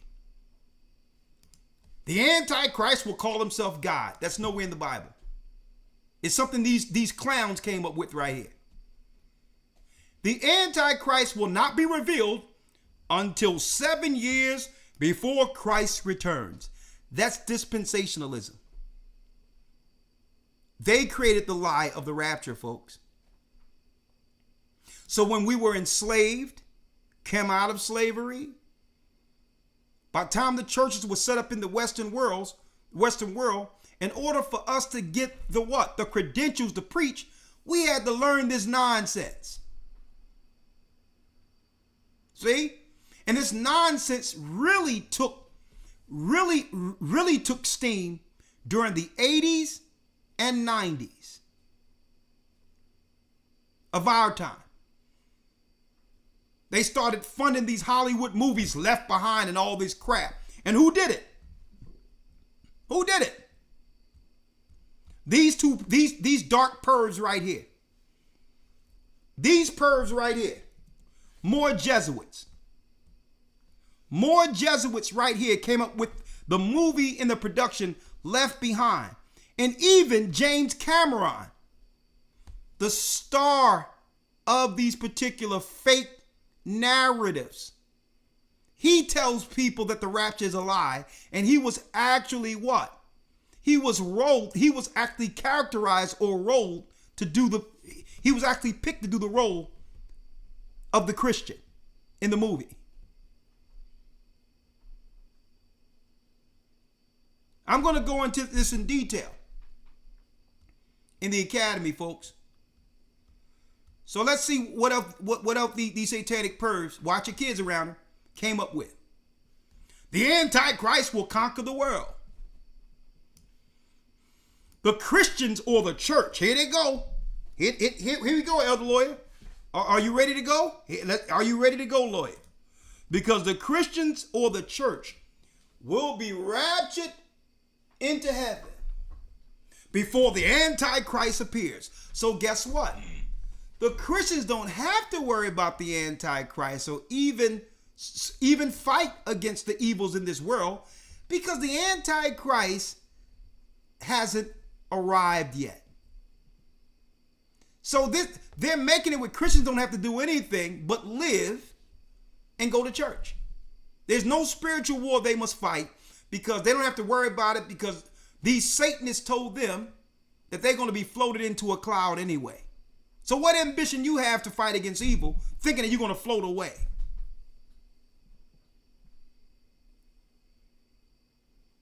And this proves Christians don't read their Bibles, okay?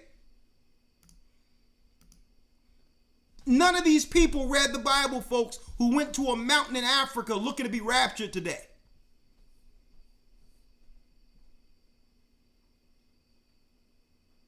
And what happens to these people now? They'll begin to lose faith and lose hope. They'll turn to Satan. They'll turn to witchcraft if they haven't already. They'll believe the Bible is a liar when it was these Satanists who lied to them. Speaking of lies, I'm going to come up with part 2 in a second. Okay? We're doing real good here. Man, we deep in numbers. We're over 2,000 right now. Hit that like button. Give me 3,000. Give me 300 more likes, because I'm about to show y'all something here, folks. Give me 300 more likes. I'm about to show you something, how Esau is the cunning hunter. There will be no rapture, folks.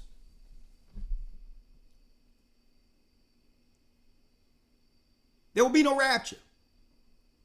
Now I'm going to show you, while they're showing you and distracting people with the Charlie Kirk news, okay, you're going to see events almost every other day so that Esau can control the media cycle. If they have all these events, then we are ignoring exactly what's really happening in the world, because those events will take precedent. So Esau said, well, let's see the things where we can take all the eyeballs and all the ears to control people, like we did COVID. See? So these events are to get our eyes off the ball and to be controlled the same way as it was with people who didn't understand what was going on during the pandemic. There will be no rapture. Okay? Hold tight, and I can prove. I'm only going to prove one piece out of it in Matthew 24. All right? Elder Lawya, grab that for me. I'll be right back with part 2. When will God's people Israel wake up to the deception? Hit the like button. Folks, you don't want to miss what I'm about to go into. Hit the like button. We'll be right back in a couple of seconds. The Bible. Is it hard to understand? When it comes to reading the Bible, the first thing that comes to mind is the fact that this is the Word of God. The seals have been broken, and the truth is here.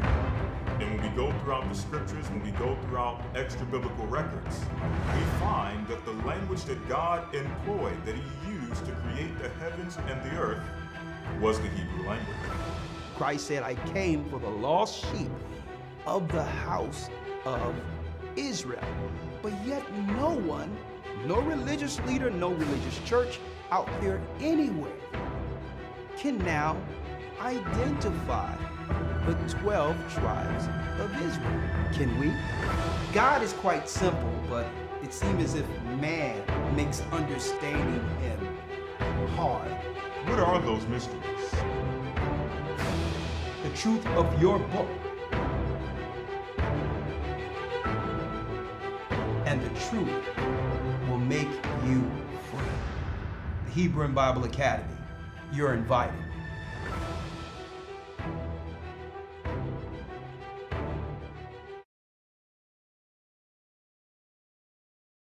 All right. Oh, yeah. I remember that song, Anita Baker, Caught Up in the Rapture. I'm sure, even though she probably didn't mean that song for what it did to solidify that false rapture doctrine, I'm sure that played a part, right? In actually bringing some level of credence to that false satanic ideology. Because what do she mean caught up in the rapture? She wouldn't have made the song if she didn't believe in the rapture.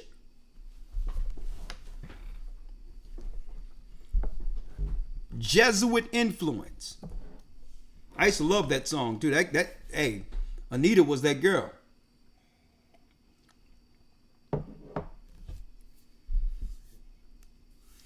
Someone is asking, Elder, there is Israelites saying, is the Messiah coming back? Is that going to be the rapture for Israelites too? Disappointing more people. Number one, there is no such thing as rapture. That's a Edomite deceptive concept. Now, is it true when Christ returns that the dead in Christ shall rise and those that remain here will be caught up when He returns? Absolutely. At the last trump. So what is that? They're not being placed in a cloud for 7 years to come back after some crazy antichrist appears. They're going to, it's our people changing who followed Him, who will now come back with Him to this earth. For what? For Him to establish His rulership here. So those being changed are becoming part of His army on the way back to earth. In an instant. That's no dispensationalism. That's being caught up for those who are with Christ on its way, what? Returning to earth. It's going to happen in a twinkling of an eye. It's going to be a couple of seconds for that. Okay? There's no 7-year period. It's a twinkling of an eye. Okay?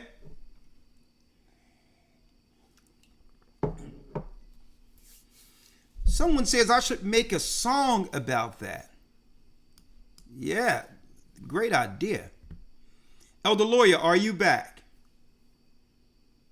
Let me make sure, Elder, you back? Yes, sir, I'm here. All right, thank you, Elder Lawya. Let's get Matthew 24. A matter of fact, let's go to Thessalonians about the rapture real quick. When it says the dead in Christ shall rise first. Yes, sir.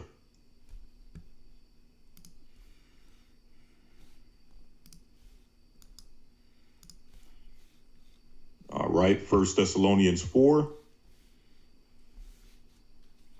Yep. Let's start at the 13th verse. Yes, sir. Verse number 13. But I would not have you to be ignorant, brethren, concerning them which are asleep, that ye sorrow not, even as others which have no hope. For if we believe that Yeshua died and rose again, even so them also which sleep in Yeshua will God bring with him. For this we say unto you by the word of the Lord, that they which are alive and remain unto the coming of the Lord shall not prevent them which are asleep. For the Lord himself shall descend from heaven with a shout. He's descending from heaven. He's on his way to earth. Mm-hmm. So there's no picking you up somewhere. He's descending. He's coming to earth. With a shout, read. With the voice of the archangel and with the trump of God. And the dead in Christ shall rise first. And the dead in Christ shall rise first. What is this? Mm-hmm. The last trump. Christ ain't going to say, I'll tell you what, I'm going to pick up my people for 7 years and I'll see y'all in 7 years later. That's absolutely ridiculous. That comes from a satanic doctrine from Jesuits called dispensationalism, where they broke it up according to their false prophecy that was given to them by those two perverts I just showed you. Okay? 17 and 18, read it. 17. Then we which are alive and remain shall be caught up together with them in the clouds. On a way, while he's descending, folks. While he is descending. Read. To meet the Lord in the air. And so shall we be ever with the Lord. Wherefore comfort one another with these words. So when people die, we know that in the bosom of Abraham, they're being protected until the change. The change happens at the last trump. So this what Paul wrote to the Thessalonians. Not for these Romans to come up with some dispensationalism claiming an antichrist is in the mix. That's a lie that came from who? The Jesuits. Okay. And a matter of fact, you want to be the ones that's left behind. The Romans twisted it. Esau and the Jesuits twisted it. They made you believe that the righteous is the ones that were caught up in Matthew 25 and protected by God. The Jesuits just butchered scriptures. Let me show you what scriptures they butchered concerning, because you can't talk about this and not bring Christ in. So they used this scripture for the movie Left Behind. Who was it again? Let me show you. You had these satanic demons who came up with a new doctrine that they would teach to misdirect people concerning the prophecies we should be watching for according to Christ. Instead of us looking at Christ's prophecies concerning his coming, we would follow their prophecies concerning his coming. And when these prophecies failed to happen, it would lead to unbelief amongst Christians at the very end. That was their objective. Their objective was the lie, so it would break the faith of our people who would oppose them spiritually at the very end under Christ's name. So they were disarming their greatest enemy, Christians. See? And then they put it into a production with these pervs here and left behind. See how it works? See how it works? And left behind. They made it into a Hollywood production. See? See how it works? Now, let's talk about it real quick. And even in the book, it tells you that it's fiction. The book tells you it's fiction that was created for a Hollywood production. They took this fiction and made it a doctrine to be taught by our preachers in the Christian churches. Jesuits have been running the Christian church for years. Our church isn't being controlled by our people in the communities. Jesuits are controlling the doctrine that we learned there. Right? So the Bible is fine.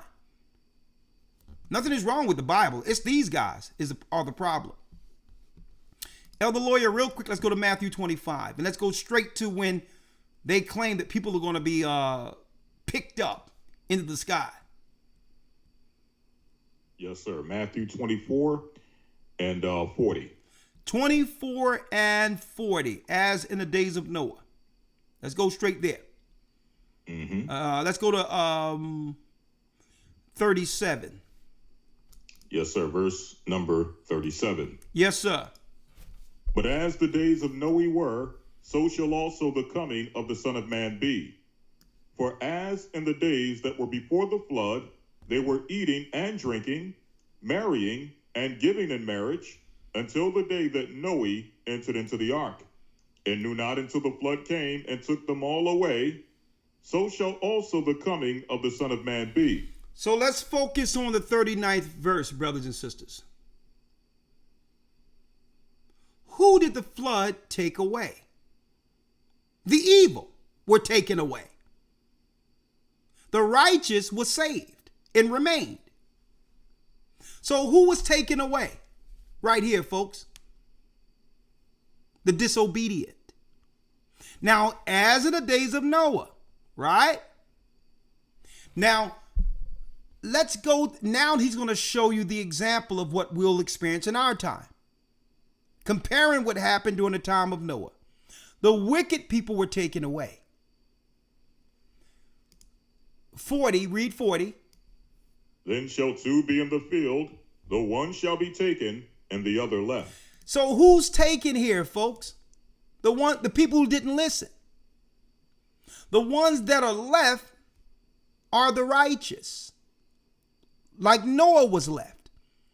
The Jesuits flipped this narrative to come up with the Left Behind movie and say that people are disappearing, which is the church. See? Two in the field, the one taken and the other left. The one that's left is the righteous, folks. These are the ones that will remain and be changed when Christ returns.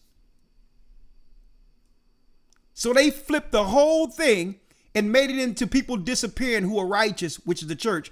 And everybody who didn't repent is left on earth for the Antichrist. Straight garbage. The same way there was two people working during the time of COVID, right? Working together. And the people who followed Christ and wasn't listening to the satanic messaging continued. But the people who was listening to Satan's mouth were taken. See? See? How many people listen who are no longer with us? Listen to what they told them. They were taken. But the people who didn't listen to that garbage are still working. 41, read. Then shall two be in the field, the one shall be taken, and the other left. The other left is the righteous, folks. The ones who were taken during the time of Noah were the disobedient, those who didn't listen to Noah. Read the 41st verse. 2 women shall be grinding at the mill, the one shall be taken and the other left. The ones that listening to the Most High are those that are left behind. The left behind are the righteous. These demons who are Jesuits flipped the script and made a movie out of it. These devils here. And made Christians believe that Christ was going to come and rapture them up before an antichrist pops up in the earth. And that's why you have stuff like this going on. Africans going to the mountain. They're going to get raptured.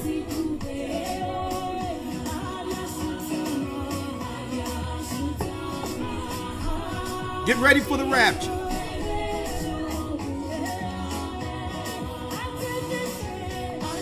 You're witnessing people in Africa who believe this false doctrine from those satanic evil people and was told that they will be raptured September 24th. And what happens when the clock strikes 12? These people in Africa, gathered in Africa, folks, ready for the rapture.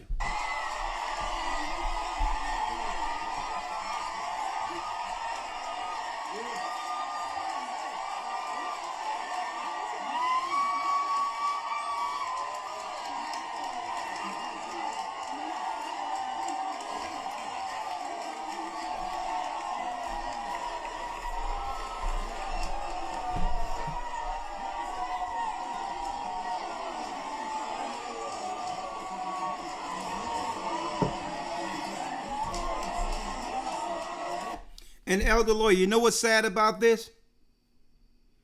They wouldn't be out there if they truly didn't believe and trust in God and Christ. Right, exactly. But Esau, he want this to make us look like fools.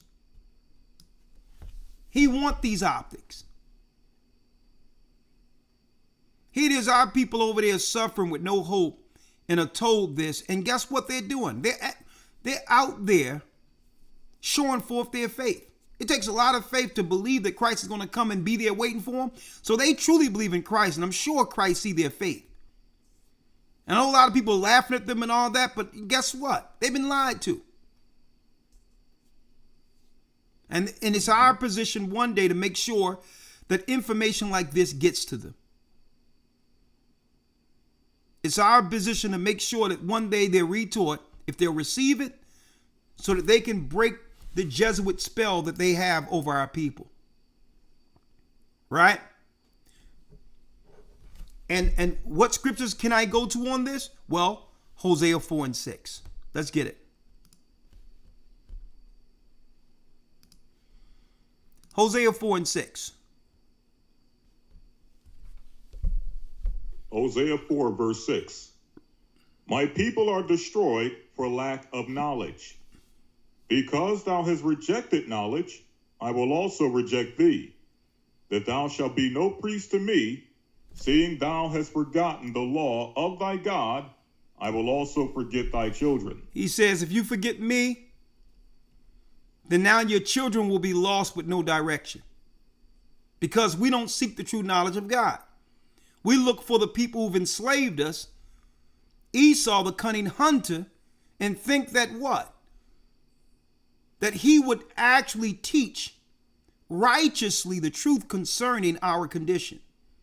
We trust that they truly believe in God, not realizing Satanists, folks, have made their way into authoritative positions and have deceived us. And that's why the Bible teaches us that we must what? Study to show ourselves approved unto the God. Now listen to these crazy Edomites. Why do you think the Edomites are all up in our space like apologetics and all that, trying to figure out what's going on with us when no one cares about them? They're losing their power. No one cares about them. I mean, I'm like, man, don't y'all have to go to a Catholic church to save one of these choir boys that be dealt with by some of these priests? Why are you worried about Israelites all of a sudden? With all this craziness going up in these Christian churches. You know why? Because guess what?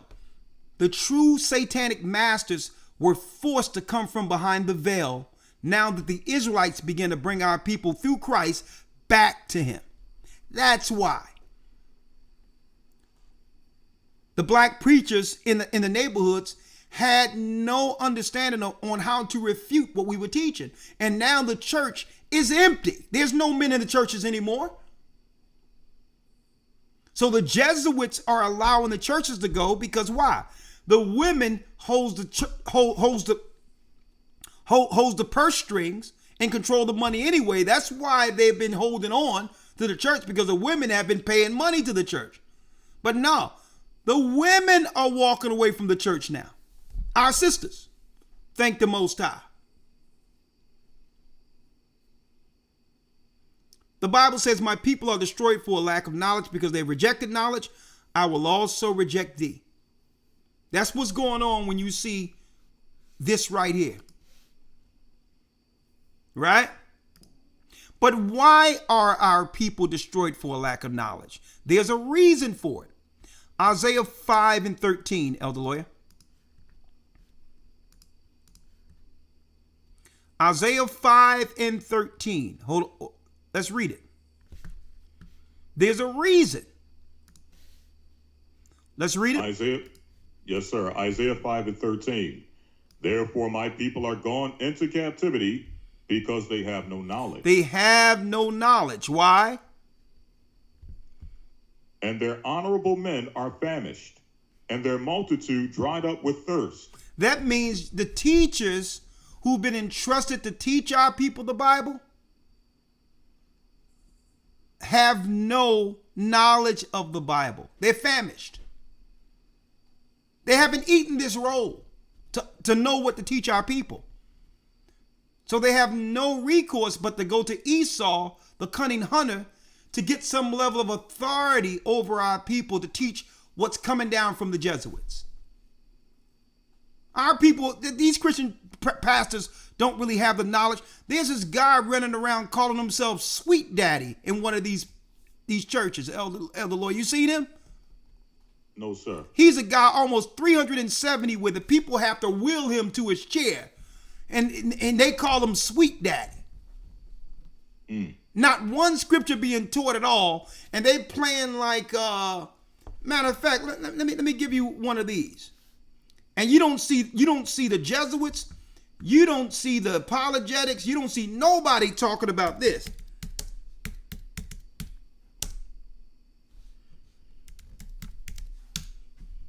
This is a hot mess.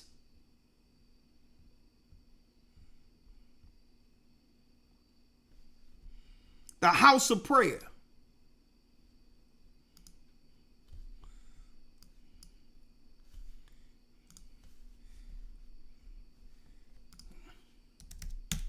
Our people are destroyed for a lack of knowledge.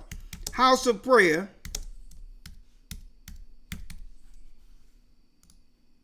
Bishop W. McCollum.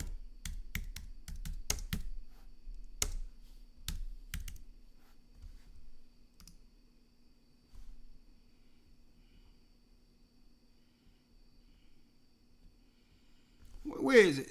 This guy, man, I got to do a whole thing on this guy. Now, it's called the United House of Prayer for All Peoples. And he called himself Sweet Daddy. He can't even walk. He's about 400 pounds.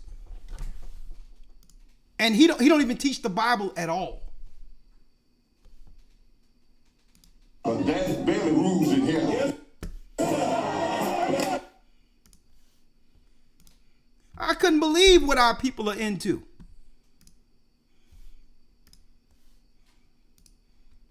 I got the last word. You still love me, don't you? I got the last word. You still love me, don't you? Because I'm a good father. Yes, sir. What in the... Hold on, let me show. Hold on, let me go straight to it. Again, before you have to meet the Lord. Come now. Now, after a while, you're gonna... Want to work your stuff? You have to go so... He said you got to work your stuff, Elder Lawyer. Hold on. Kind of just to absorb this, just soak it all in. You want to work your stuff, you have to go somewhere else outside of here. But Daddy Belly rules in here. Daddy Belly rules in here. I got the last word, and I mean the last one. You still love me, don't you? Because You still love me, don't you? My people are destroyed for a lack of knowledge. We're at the end of the world, and this is what this is what's out there right now. And you don't see nobody trying to stop these churches because these churches are doing exactly what Esau wanted. A place where our people find no truth, no understanding geopolitically to what's really going on prophetically against them, while the armies is about to engage our people. And it's sad. Now, Elder Lawyer, last but not least. Yeah, and by the way, he called himself Sweet Daddy too. This is stuff we caught up into. All right.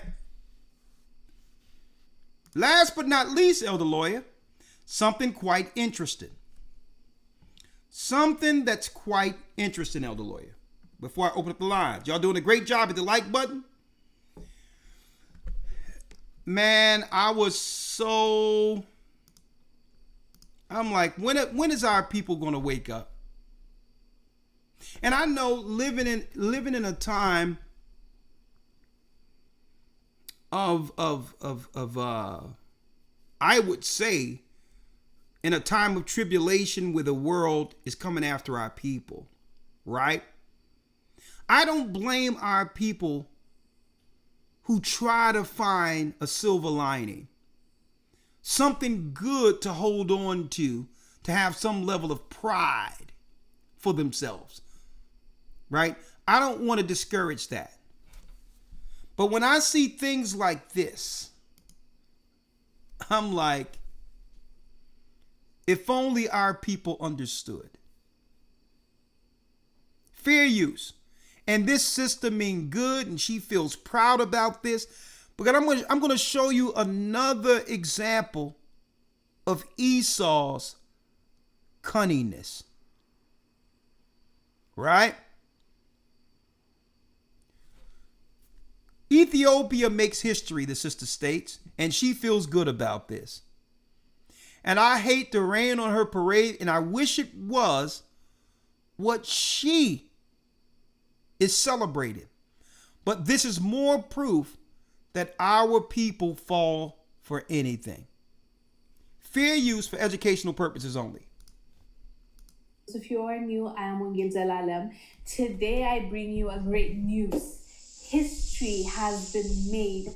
We are so proud with this news coming out of Ethiopia, my country. This is truly a moment of pride, not just for Ethiopia, but for Africa. Ethiopia launched the Great Renaissance Ethiopian Dam officially, and this is how it went.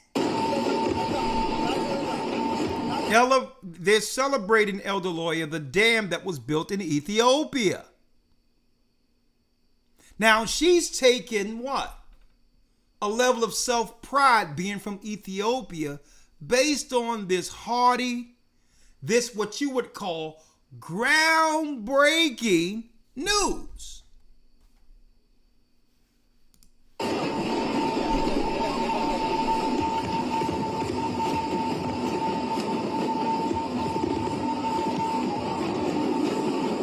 Fair use.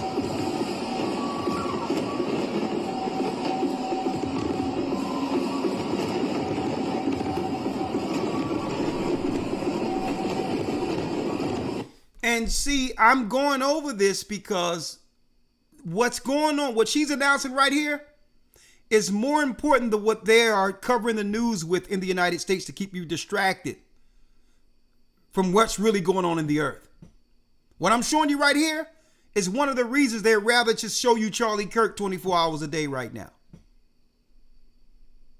Right? I don't get caught up in their events. I understand what their events are for. is to take over the media cycle so that you don't actually look at what's really happening.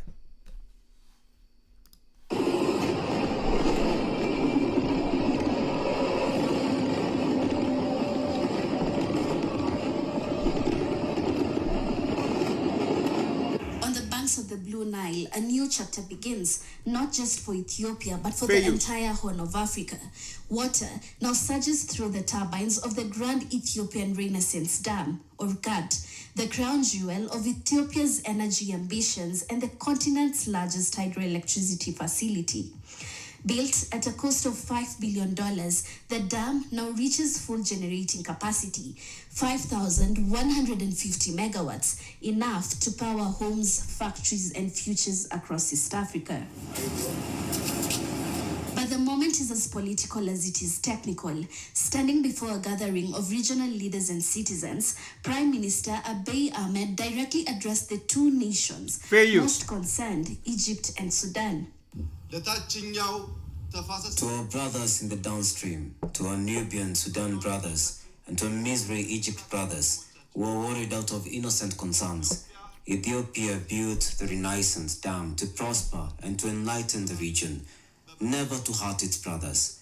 I would like to confirm to you in front of the Ethiopian people that we will never retain your fair share of the water at any point. Ethiopia sees the dam not just as infrastructure, but as destiny, a unifying national project funded in part by citizens through bonds and donations. It's truly incredible considering how our people had to come together to build this dam. It was not easy, fam. It cost billions of dollars and a lot of back and forth. It almost didn't happen because of all the threats, all of the pushbacks, all of the negativity and naysayers, but it happened. And as an Ethiopian that actually contributed to this dam being built. Actually, not me, okay? To be honest, my parents, when I was in school, this bond and contributing to the Nile Dam started years ago, and Ethiopians came together and contributed and bought bonds and did our best basically to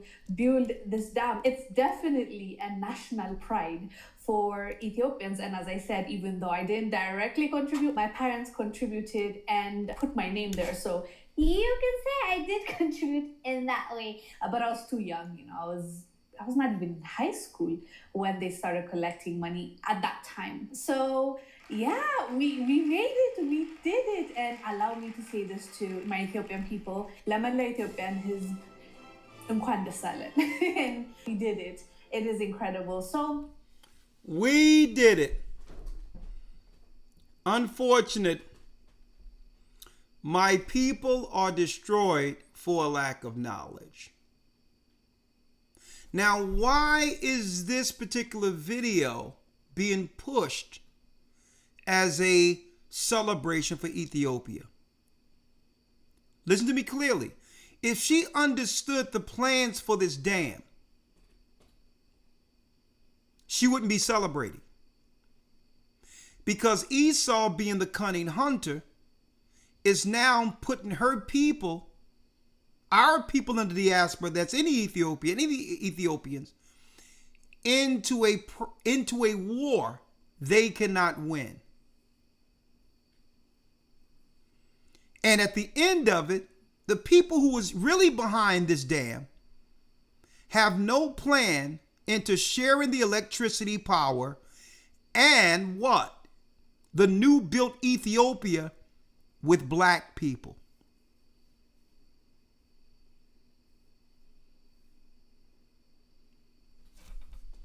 Some people ask, well, Elder Rawchaa, what do you mean by this? Well, brothers and sisters, real quick, through the travels in this ministry, the Most High have allowed us to sit with people from all over the world. Well before the Arab Spring, I sat with someone. You probably heard me give this story, and I'm going to make it short. In Egypt, who said, right now, Israel is trying to put finances into building a dam in Ethiopia. And if they do, Egypt is going to war. Quote unquote. And I'm sitting there, you know, I'm playing like I don't know what's going on prophetically. I'm like, that's deep. And then after that, I go into the UK and I begin to teach on the radio shows. And I meet this guy by the name of Pincock. He's a Jewish Muslim. Sister Bev got me on the radio there. It wasn't in Cresswell. I think it was, what area was that? Sheffield. It was Sheffield. Thank you, Elder. Yes, sir. So I go into Sheffield and go on the radio show with a Jewish Muslim. So I'm sitting there totally just annihilating Islam with the true history concerning its weaponry, its spiritual and political weaponry against God's people. The Arabs were looking at me like I was crazy. He was looking at me like, hey, you sure you want to say this up in here? Man, let me tell you, that radio station ain't never been the same since I went on that broadcast in the UK. After which, the Jewish Muslim named Pincock, he was a white guy, an author, mind you, he gave me one of his books. He said, you need to see this, sir. And guess what? The Jew Muslim in England know that we are the Jews of the diaspora who fell in 70 AD. Historian. He knew it. He says, you need to take my book. And I'm like, what? Listen to me, folks. He had no idea that I heard months before I spoke with him that I spoke to someone in Egypt that was talking about Israel financing a dam that will cut off the Nile River. And if the Nile River is cut off, they're going to war. Well, in the midst of his book, he showed me the greater Israel plan that was within his book. I'm going to show you that in a moment, folks. All the areas that the state of Israel, which is a Roman proxy, it's Rome, folks. There's a picture that was in the book, and I so happen to have it, that shows their objective with the greater Israel at the end of all these wars. They want to get all of the boundaries and locations that was promised to our people through Abraham's promise before the second coming of Christ. It took a Jew Muslim to show me this, and it so happens Ethiopia, parts of Ethiopia, is a part of the greater Israel that they would need to take over. But they cannot wipe out the Ethiopians like they're doing in Gaza. So what they're going to do is, through proxy war, they build the Ethiopian dam, make our people the face of it over there, so that now the Egyptians destroy the Ethiopians. See how it works? Ethiopia, listen, let me tell you, Egypt not only have the nuclear bomb, folks, Egypt is the most populated country throughout all of Africa. Hence the reason why Israel dared to go to war against Egypt. But if they can put black people there as a face who listened to the Zionists, then now, by default, Egypt will come against Ethiopia. Now,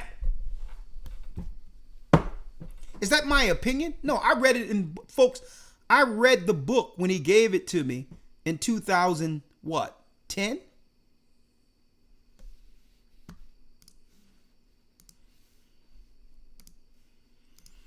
So while they got people looking at events in the United States, y'all better figure out what's going on over in the Middle East. Here's an academic paper from the Middle East the Israeli strategy towards the grand Ethiopian Renaissance dam that she's celebrating. And this study came out years ago. What is it? Look at this, folks. First, the Israeli contribution to the GERD project. Look at this here. And you got this woman believing that this is an accomplishment for Ethiopia. The Israeli contribution to the GERD project. The Nile River has been part of a strategic Zionist thought since its early beginnings, as the idea of establishing Zionist projects with the aim of delivering the Nile River to Israel. Folks, when did they think to do this? In 1903. You got this sister here celebrating like it's a win, when they're being used as a doormat to be rolled over.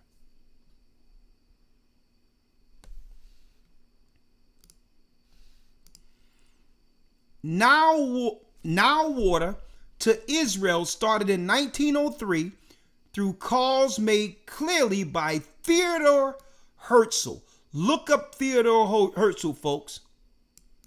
He's one of the grandfathers of Zionism. And the idea appeared during the 1964 to 1974 period, and again in the 1990s. I got the whole paperwork right here, folks, with the history, and I have a PDF. I'll be going into it in the news this coming Sunday. These are white papers. I was in Egypt where people was talking about that, listen, this thing is going to get deep if it's allowed. Why? Look at this. Here's the image, brothers and sisters.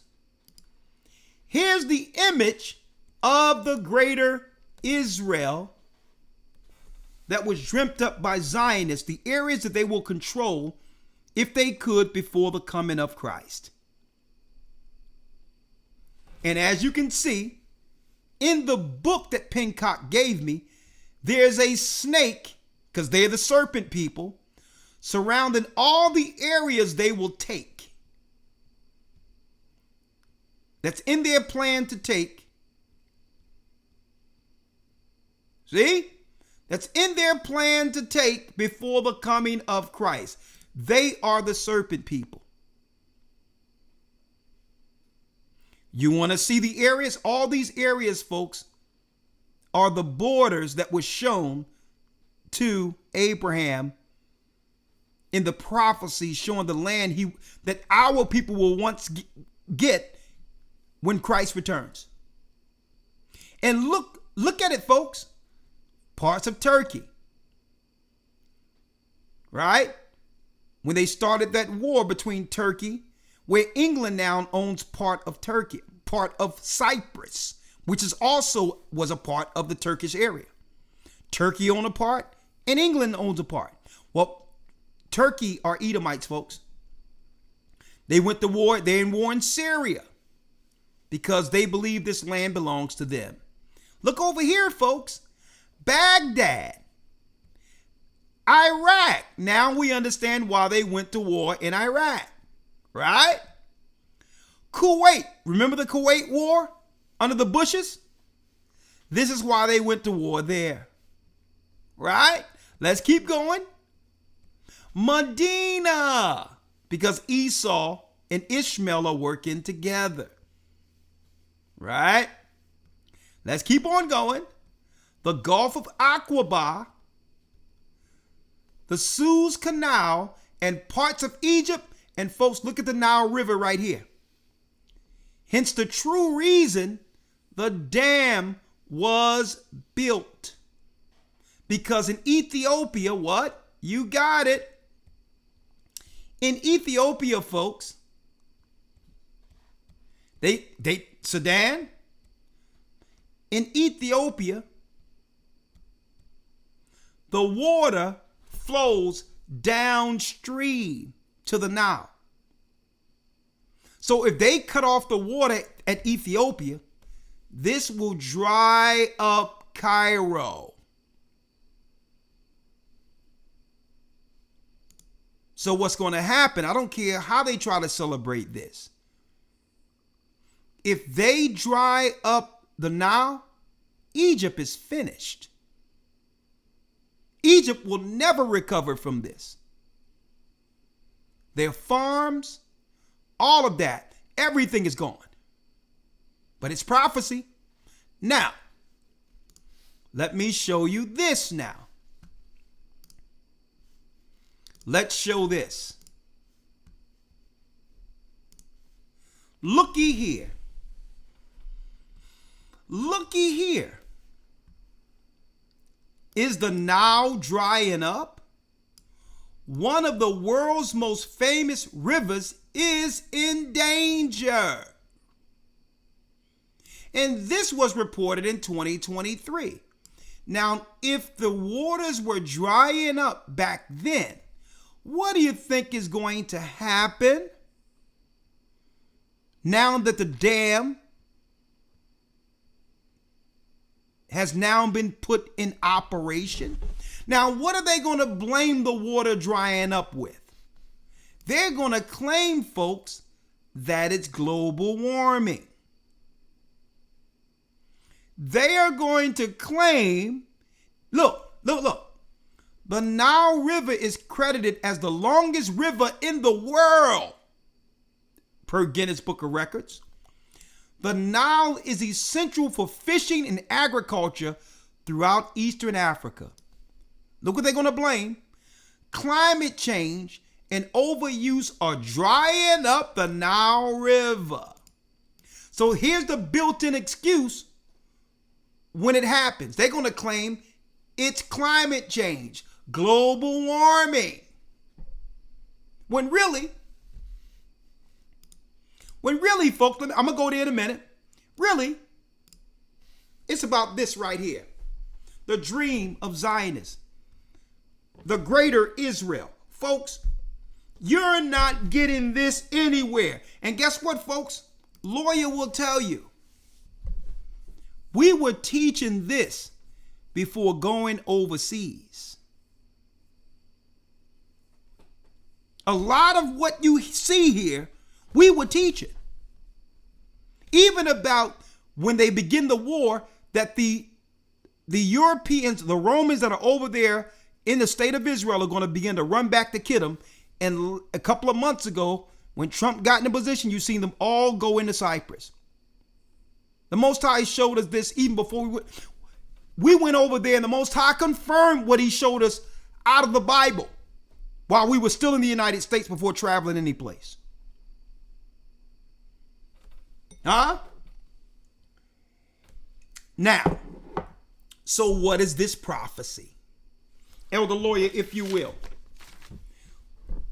And I'm just showing you more concerning Esau's deceptions. When will God's people Israel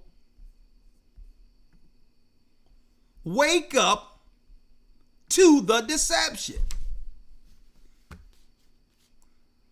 This woman is feeling good about Ethiopia and what's going on there, not realizing that her people are being used as doormats to one day be rolled over. Look at the fireworks. Our people are destroyed for a lack of knowledge.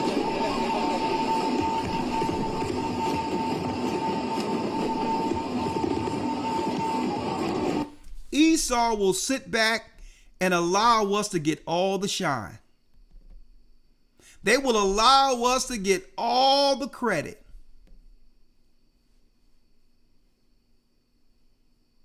They've instigated these people into a war they're going to lose.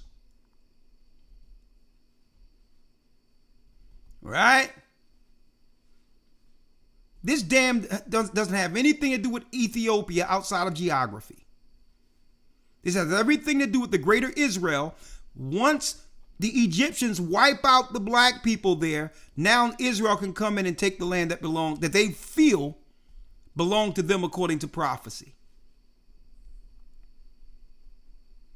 See this? And they always got some ceremonial people standing there that's going to take all of the bullets for this. And this is how it went.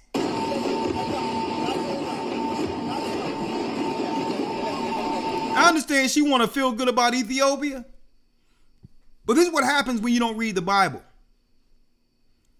Okay? Elder Lawya, let's go to Isaiah. Isaiah 19 and 5.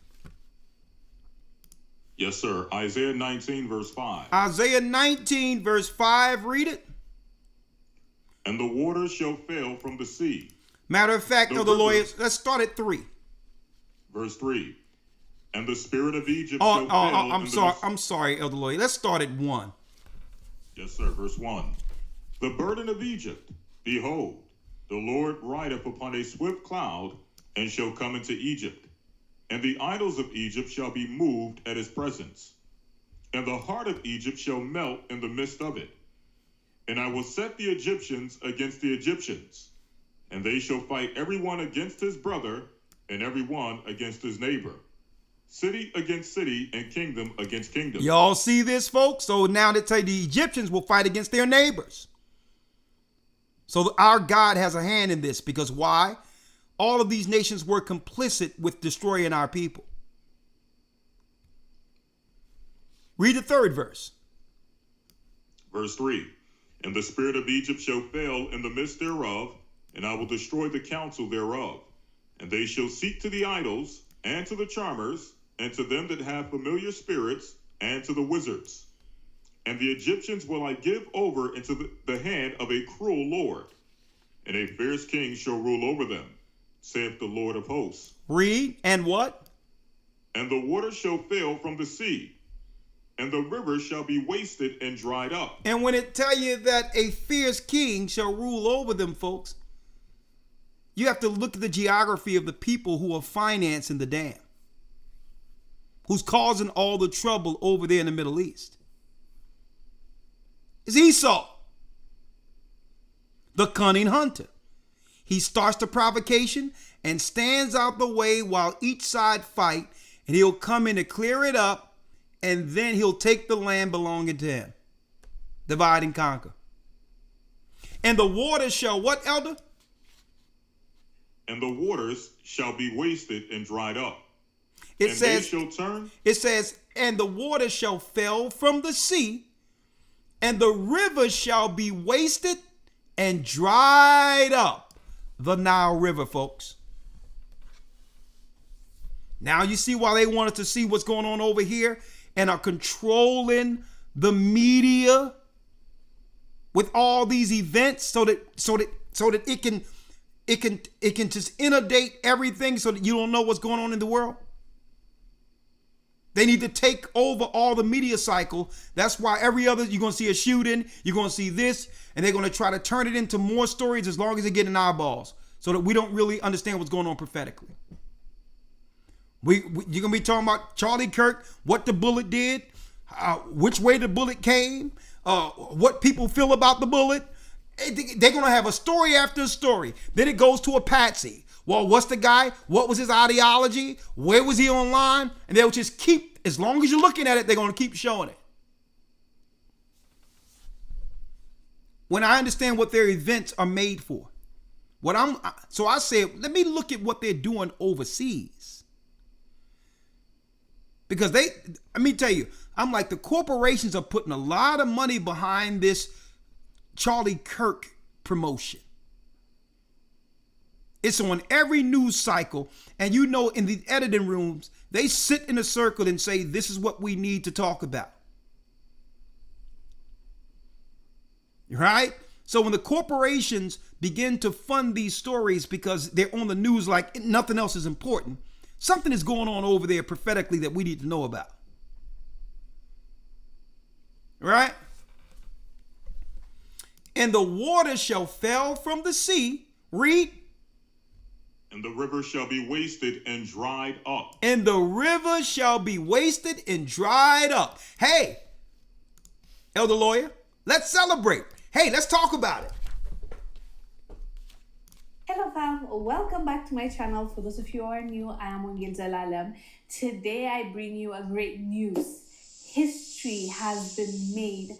We are so proud with this news coming out of Ethiopia, my country. This is truly a moment of pride, not just for Ethiopia, but for Africa. Ethiopia launched the Great Renaissance. Let me tell you, boy, Esau is saying behind the scene, I'm your daddy. Carry my water, start my wars, and at the end of the day, then when you're lower in population, we'll come up with our army to clean up after the carnage. See? Joel, the 3rd chapter, Elder Lawyer.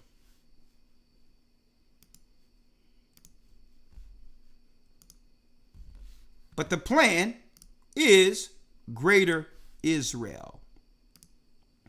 Greater Israel. They had a plan since the early 1900s to take all of these areas. See, the snake, because Esau are the serpent people. Rome.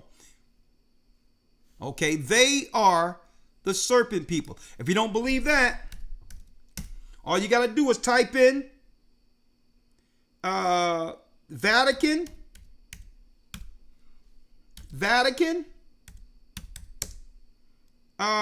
audience. Let me get it. Audience hall, right? Snake. Vatican audience hall, snake. I wonder why the Vaticans, right? That's right, folks. The audience hall of the Vatican looks like a snake. Where the Pope is. Huh? The serpent people, folks. The Khazars, who converted into Judaism through political pressure. Not because they were Jews or not because they believed the religion. They were being pressed on either side between the Christians and Muslims between the 8th and the 11th century. And they converted. They were called the serpent people, Esau, in where? In Khazaria. Huh? The serpent people. The serpent we read of in the 10 horns in the book of Revelation, the 12th chapter, that's made out of 10 countries, 10 nations, which is the EU today, Rome, Edomites. That's who's in Israel today, Edomites. Huh? Now, what preacher of God is going to be preaching and speaking from this particular position? And then when you look from this particular, when you go back here, it looks like the gates of hell where the thieves are. Huh? Oh yeah, y'all getting we laying it thick on here tonight, aren't we? Huh? Elder Lawyer, let's go to Joel, the 3rd chapter. What we seeing here? These people are crazy. And the pride of their heart have deceived them, but the Most High is going to show his power. Once he put his foot down on them, it's coming. Right? Let's go to Joel, the 3rd chapter, if you will, Elder Lawyer. I'm going to show you what that dam will lead to. And remember, you heard this on the day that most people who didn't read the Bible thought the rapture would happen. September 24th, 2025. Right? Elder Lawyer, let's go to Joel 3rd chapter and let's see what's really going on here spiritually, prophetically. Yes, sir. Joel 3:1. Yeah. For behold, in those days and in that time, when I shall bring again the captivity of Judah and Jerusalem, I will also gather all nations and will bring them down into the valley of Jehoshaphat. And I will plead with them there for my people and for my heritage Israel, whom they have scattered among the nations and parted my land. So, brothers and sisters, he's bringing all the nations together in the valley of decision and bringing them into the war.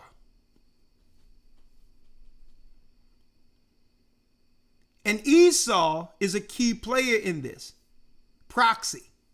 But Esau thinks at the end of it, he's going to win if he gets rid of our people before the time Christ would return. So Esau can't stop the prophecies. He's in a race before Christ returns. He's still trying to get the land, but if he kill all Israel off before Christ returns, then his pride made him believe that maybe the Most High is going to change his mind and make them the chosen people. Insane, right? That's what they believe. Right? Elder Lawya, let's go to Ezekiel.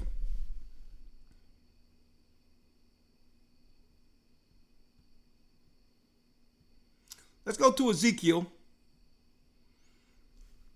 which speaks of put hooks in the jaws.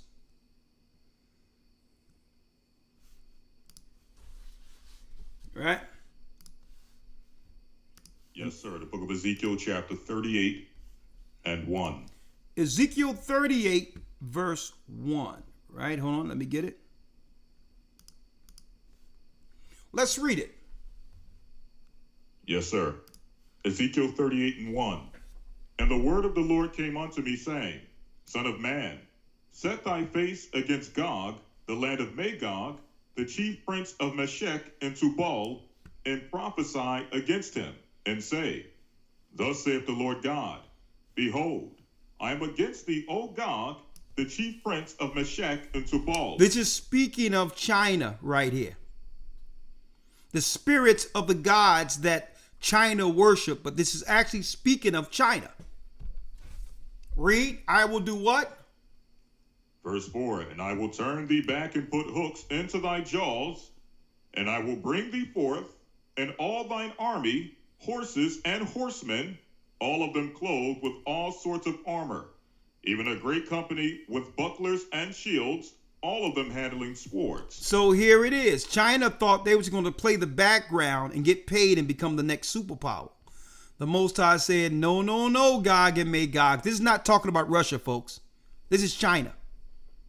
I got records. The Eastern Bible tell you it's China.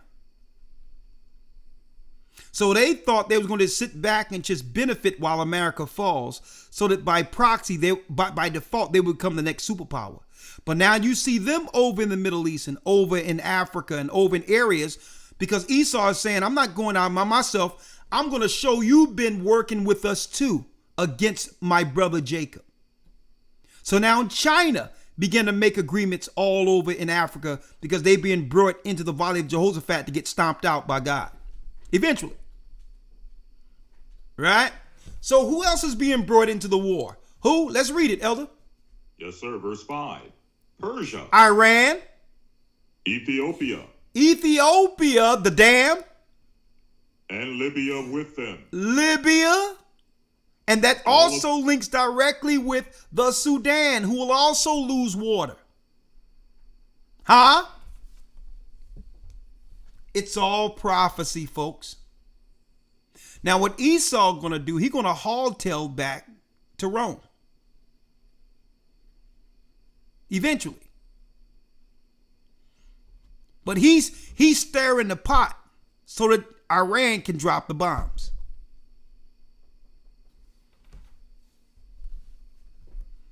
Persia, Ethiopia, Libya. So now Esau, all the nations he conspired are fighting against one another. And now Esau by default will say, well, okay, since we instigated this, but they started fighting one another, by default, we'll just rule this world under the New World Order going forward. That agreement for all Gentiles to rule equally has now ended. So that's why Esau ran around creating all these fires. So that he would turn all the nations against one another. But eventually it's the Most High using all of this to weaken the armies of the earth before Christ returns. You'll never hear it quantified and put into a package like you're hearing tonight. Now, when you see things going on in the Middle East, you have the knowledge according to the Bible what's going down. Stop looking at some of these events out there that's just taking over the media cycle so that you don't know what's going on concerning our God in Christ and prophecy. Persia, Ethiopia, and Libya, and all of them with shields and helmets. Go on. Verse 6. Gomer and all his bands, the house of Togarmah of the north quarters and all his bands, and many people with thee. Be thou prepared and prepare for thyself, thou and all thy company are assembled unto thee. And be thou a guard unto them. And be thou a guard unto them. What are we talking about? The battle in which all the Gentiles come against each other, and that weakens the armies of the earth before Christ's return. You're hearing it right here. Now that dam have come on, the same time Trump is positioned, you forget about it, because when that dam when the Nile start drying up, Egypt is coming into war, folks. It's for their very existence. And they said this well over 15 years ago. They said hey, this happens, we going to war. And Israel is saying, okay, y'all can go to war if y'all would like. Y'all can go to war if y'all like. You know, just get the Ethiopians out of the way so we don't have this negative PR internationally like we do with Gaza. So we'll let Egypt take care of our dirty work there. And at the end, it'll be Esau benefiting from the dam. See how it works? See how it works? There's no plans for black people to enjoy the power and water that comes from that dam. Okay.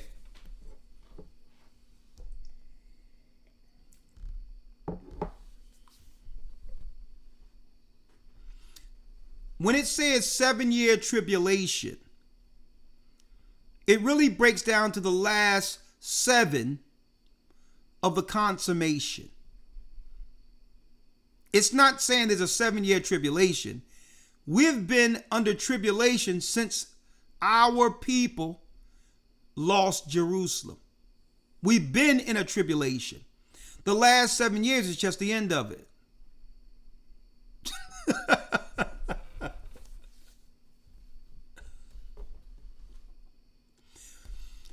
Someone asked a good question, right? But are African leaders who were on the opening in conjunction with Israel? Brothers and sisters, how many times we're going to have to tell you? The only thing you have to do with some of these leaders is break them off. It's ceremonial.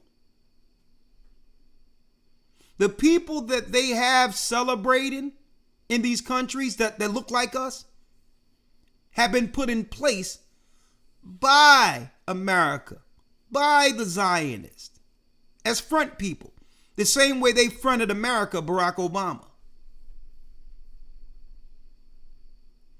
There's no leader that's going to be in Africa resisting unless no. Anything that's being signed, all of those people in position are in agreement because they were put in position to be the ceremonial face of the synagogue of Satan. See that? So it's not that they are in agreement with it. They wouldn't have the position if they didn't agree with it before they were given the position. Right? Like we had a pastor that I grew up with who came on this very same broadcast who said there was this Democrat Jewish guy who came to him and said that if he agreed to sign a pact that promotes transgenderism in schools, in the public schools, that pastor would have the city council position. He came on his broadcast and said it. But he said, if you don't sign the pact first, we're going to give it to this gay guy who lives in Houston. And he will pay for him to come over here, and he will have the position here in Philadelphia.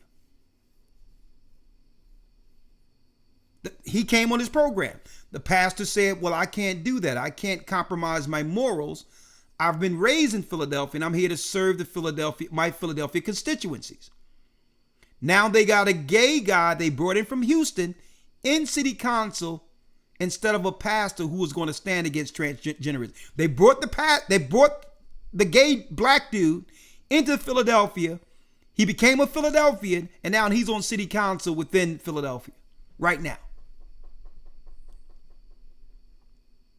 So if you want to know about these politicians, they must sign pacts before they're given these positions.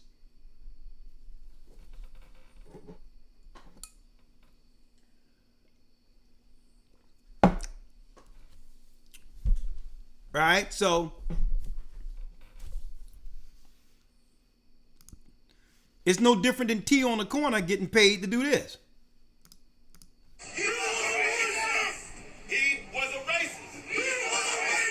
Trying to the demo nuts trying to stir people up about Charlie Kirk.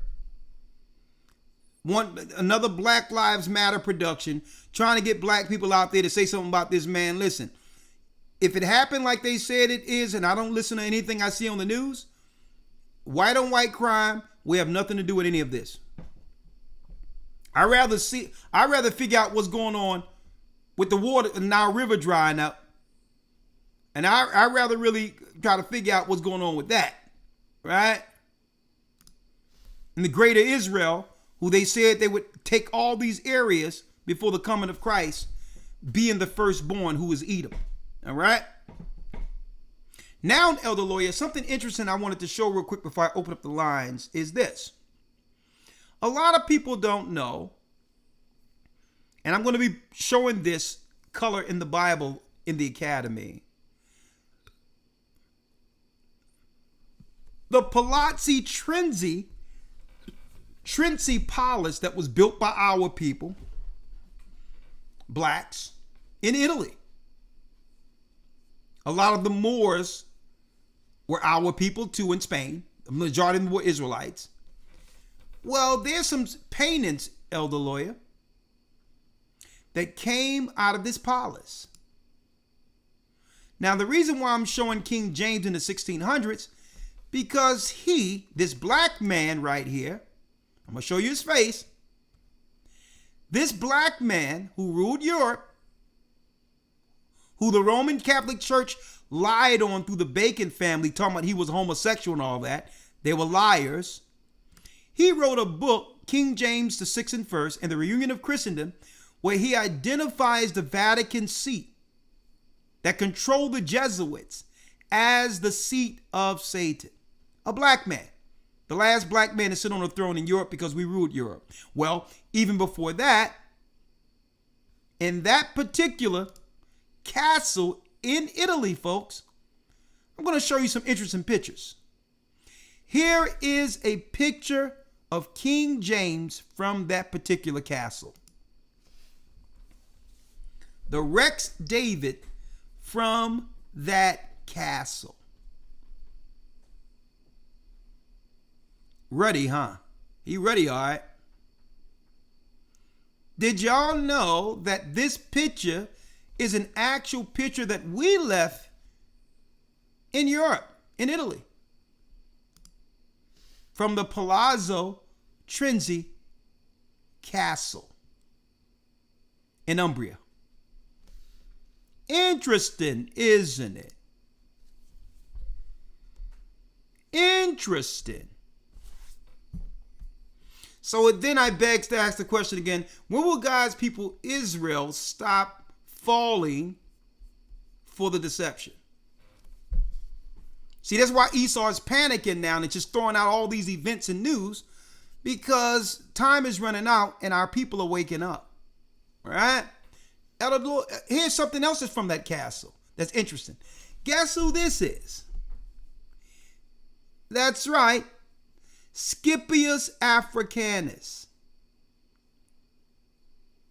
Scipius Africanus was black, folks. Same castle. That's why when the Italians came over here, the whites start calling them Guinea. Guinea is what? Guinea is a racial slur, claiming that blacks came over into Italy and began to reprocreate and take over. Guinea is in Africa. So what they say? They started calling Italians Guineas because they really are children, a lot of them. Leo Scipius Africanus was black. Yeah, a lot of these people were Masons, but we got black Masons now from Prince Hall. They're still Israelites. But why is Esau obsessed with just changing everything to white? That's why they call it the Renaissance period, rebirth. We're going to lie and say that we were all the great people, generals and masterminds behind everything, when really God always brought forth the spirit of ingenuity, intelligence, and all of that through the children of Israel throughout history. Esau could not have done anything if it wasn't for us. Huh? Yeah. So I thought I would just share a little bit of that with y'all. Right? So, if y'all want to come on in, the water's fine. There will be no rapture. And hey, after a broadcast like this with much information, hey, there's not much I can say right now. But what I can do is open it up so you can come on in if you have something to say, right? So, this is what we're going to do. Again, for those who missed it, the Hebrew and Bible Academy, week 4, who is Edom? If you think today was something, come in this coming Sunday, and it's gonna blow you away. All right? It's gonna blow you away. We're gonna have Damon Wilson coming on in week 6. The one who played Lamont from Sanford and Son, the great iconic series that my mother, my father, we all grew up to love. He will be coming on. He have a book on certain prophecies, and we're going to talk. He want to talk about what? He's going to speak on his predictions on what he thinks to come compared to when we were coming up. How close are we? And is there anything that he's seen that he didn't know would happen based on some of his predictions from the past? Like, are we progressing faster than he even thought? Well, I'm going to ask those questions and more in our academy. We're going to bring him in for an hour to catch up with Damon Wilson. Week 9, we're bringing in Elder Rawchaa, who will be speaking on gut health, brain food, and the connection between the two. We clear our diets up, and guess what? You'll begin to think clearer. Right? Food is medicine. And Elder Rawchaa going to come in week 9 for that. And last week of the academy, we're going to bring in Elder Rawchaa, who's going to be speaking on health. He's going to be speaking on health. He's doing his own health tinctures. We're doing everything to pivot, knowing that soon, we're not going to be able to take what they're giving us as so-called remedies. Some of this stuff they're giving us is doing more harm than good. So now we have to get into herbs. We have to get into what the Most High made to keep us healthy. And Elder Rawchaa, week 12, is going to discuss some of those things with us. And you can be a part of this academy. We're only in week 4. If you go to historytimes.org to enroll. If you do so, we'll make sure you receive all you missed for the last 3 weeks to catch up by Sunday, okay? That means news, Hebrew, as well as lesson. All right? So, now that we have that, we're going to try to break this down because there's a lot we want to talk about.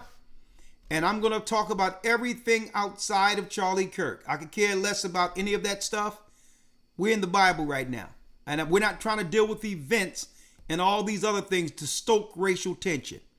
They got the armies there, and they're waiting for one of our people to act up out of their mind, so to use the armies they have in place.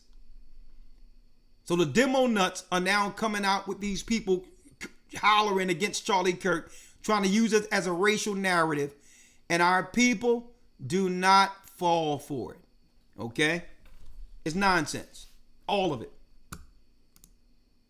Take care of your families, follow the law, statutes, and commandments of God, and do not get provoked to go out to march or nothing. Don't do none of that crap. Okay? They could care less about you. The demo nuts are losing their numbers, and they're trying to pull the old let me do the George Floyd thing to see if we can get some more votes. No. Since you brought in the illegals and the non-documented, have them go out there for you. Okay? You want to do something for God's people that you know built this country? Look at what you gave the Jews and match that and give it to the tribe of Judah who built this country. How about that? And still, you're not going to get the vote. All right? Now, let's go here. Let's go here. Our people are becoming savvy now. They're waking up politically, and I thank the Most High for it. And we're not falling for Esau's tricks anymore. Okay? They're going to try to pull us into some white on white stuff. If y'all say it happened like it did, then that's y'all business. All right? With Bennett, we are not in it. All right? If you need a church home, Tiffany, welcome to the Gathering of Christ Church. All right? I put out the link there. Go to historytimes.org if you want to enroll. I'll put the link for Zoom who would like to come in. If you have anything to say, or even if you question the doctrine that we teach, I'm open for that too. Elder, I would like to get baptized. I'll call you tomorrow, 339 area code. If you want to come in, just text the number on your screen, 445-888-2759. Text this and I'll bring you in if you have anything to say on the topic we're talking about today, this evening.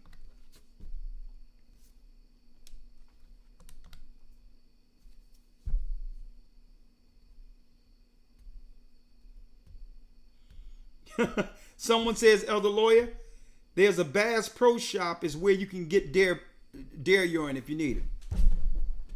All right. For those who don't know, we're talking about Esau being the cunning hunter. How they go get some deer urine and go run into the woods to attract a female deer. You know, hey, you got to get it how you can get it, right?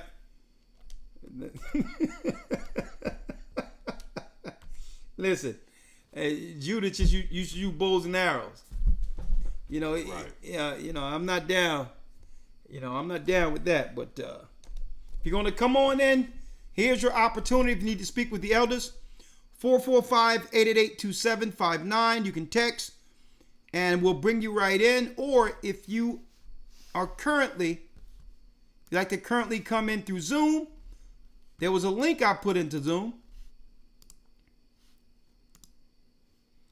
All right, Esau won't be playing around with it. Hold up, let me answer this. If you are current, how you doing, Monica? How are you?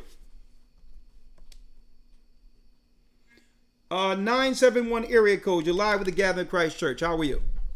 All right, Shalom, Elder. Shalom, talk to me.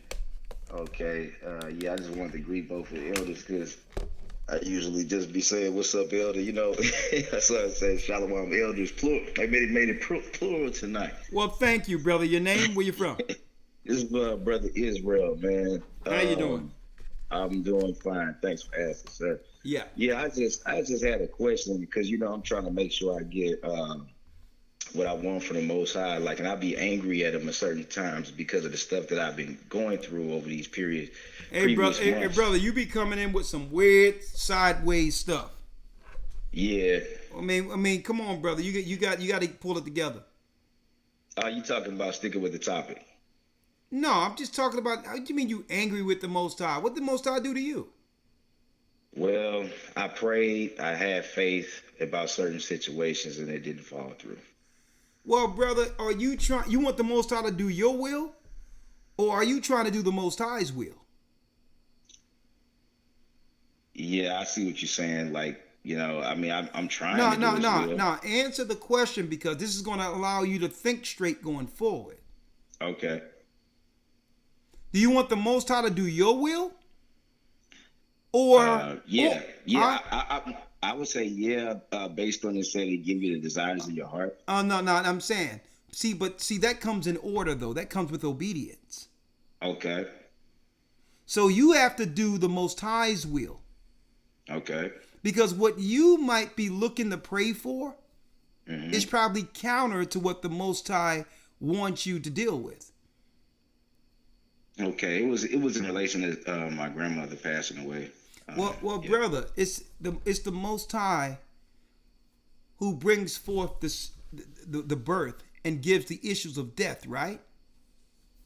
Okay. All right, so you can look at it one of two ways. Did you have any control of your grandmother being born? No, sir. Do you thank the Most High that he brought her to this earth and had such an impact on your life? Yeah. Thank him for that. Because the same God who took her gave her to you. So it's really dependent on how you're viewing it. Okay. You know how much I did to try to keep my mother alive? I almost scorched the whole earth trying to keep her alive. Right. But I had to deal with the realization that the Most High gave her to me. The Most High had her here. If it wasn't for her, I wouldn't be here. So it's him who gives forth the issue of death. So now I got to appreciate the God who gave my mother to me. Right. Who nurtured me to be the man I've become. Okay. And I'm not going to get mad at the Most High because he took the same spirit he sent. So it depends on how you look at it, because you don't want to come off as an ungrateful child. Okay. And that's what you're sounding like, right? I guess so, man. I was just trying to see if that would interfere with prayer, because I thought King David was yelling at God. Okay. You're not King David. And it's another thing. I see so many people make examples to give an excuse for folly. Okay. Let me show you the prayer that works. All right. Get a Bible. All right. Let's get this real quick.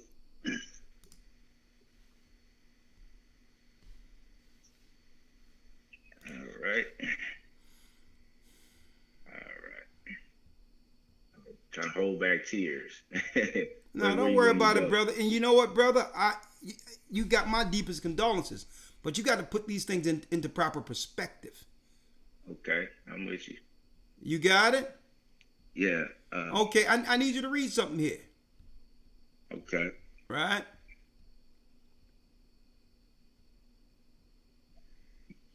I need you to go to Matthew 6. Matthew 6. KJV. All right, I'm there. This is your prayer. Right? Start at the 6th verse. All right, take heed that ye do not your own. Hey, brother, I don't know what's going on with your phone right now. The prayer started and you started sounding like you underwater now. What happened? That's my tears putting me underwater. Hold up. It's take heed that ye do not your own before men. No, Matthew 6 verse 6. Read it. Oh, my bad, Elder. Hold up. But thou, when thou prayest, enter into thy closet, and when thou hast shut the door, pray to thy Father which is in secret. Does that mean in your mind or in the physical place? Brother, you're overthinking it.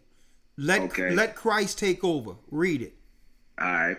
But thou, When thou prayest, enter into thy closet, and when thou hast shut thy door, pray to thy Father which is in secret, and thy Father which seeth thee in secret shall reward thee openly. Keep on going. But when ye pray, use not vain repetitions, as the heathen do, for they think that they shall be heard for their much speaking. So if you pray, it's telling you, young man, the Most High heard you. Okay. Right? Okay. You can't pray for something the Most High doesn't want. And when it's time for him to take a person, a soul he sent, there's no control over that. So understand the Most High heard you. Right? Right. Yeah. Finish reading. Okay. But not ye therefore, be not ye therefore like unto them, for your Father knoweth what things ye have need of before ye ask him. So the Most High knew before you prayed what you wanted. But you have to understand, when the Most High want to call the people, his children, home, he called his children home. Okay. Right? Read on. So this is what you have to worry about now. This is you living on earth now. Read. Okay. After this manner, therefore pray ye, our Father which art in heaven, hallowed be thy name. Thy kingdom come, thy will be done on earth as it is in heaven. Stop right there. Because see, you're reading so quick, you're missing it. Okay. When it says thy kingdom come, who kingdom have to come? His or yours? His. Thy will be done in earth. Whose will? His or yours? His. It's in your prayer every day, brother. Even Christ, he sat before the Father in the Garden of Gethsemane and stated, Father, let this cup pass me. Right. But if it be thy will, let thy will be done. Okay. The same way we pray for our loved one. Lord, right, so listen. Lord, I love my family. I love my mama. I love my papa. If it be your will, give me more time with them. Right. But if it be thy will, let thy will be done. That's why it says, thy kingdom come, thy will be done. Lord, allow your will to be done. And I'll understand it. Because you know more than me. Read. Okay, as it is in heaven, give us this day our daily bread. Stop right there. Did you eat today? Physically or with the word? What's a daily bread? I believe it's referring to the Bible right there, right? Oh, no. You overthink everything, young man. You got to relax your mind. Bread is bread. Did you get a sandwich today? Yeah. So let's deal with everything literal. Everything is not metaphorical and deep. Okay. Let's deal with the simplicity of Christ. Like I say, you overthink. I don't know how you did. Listen, I don't know how you get through a day without driving yourself mad. You overthink everything. Give us this day our what? Daily bread. So did the Most High make sure whatever's going on that you ate today? Yeah. Was that prayer answered? I didn't pray for it, but I believe it was given. I guess I'm overthinking again. But the whole thing is, we don't really think on the things the Most High actually bless us with regularly through our prayer. There's people that are starving all over the earth, and you got a full belly. Right. Instead of finding ways to get mad at the Most High, what about thanking him? Right. Okay. All right, brother. I'm going to pray for you. You have a great night. Don't ever tell me you got mad at the Most High again, because that's a fight you can't win. Shalom. Shalom.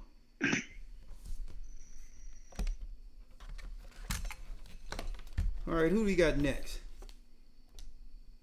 I'm going to tell you, y'all brothers, man, y'all going to have to man up. Y'all gonna have to man up. I'm gonna tell you straight up. I'm gonna tell you why you gotta man up. Women are seeking men to lead them. And if you're emotionally unstable and are all caught up in your emotions, the woman is going to be like, hold up, I'm the emotional one in this relationship. Okay, you're going to have to man up. You can't have two in the house like that. So men got to man up. Because I'm going to tell you, if you're operating like that, it's hard to satisfy people like that, because everything you do, they're going to look at it as an issue. Why are you doing this? Why are you doing that? And one be like, hold up. Why are you? A man is supposed to be stoic, strong. And not to say that there's not emotional times, but everything can't be a problem. You have to now change your mind and focus on the blessings. Focus on the blessings.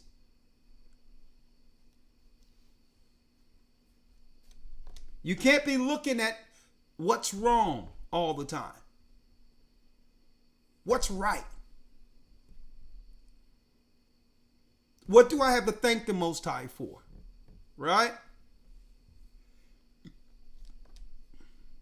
But we can help you with that. Keep on calling.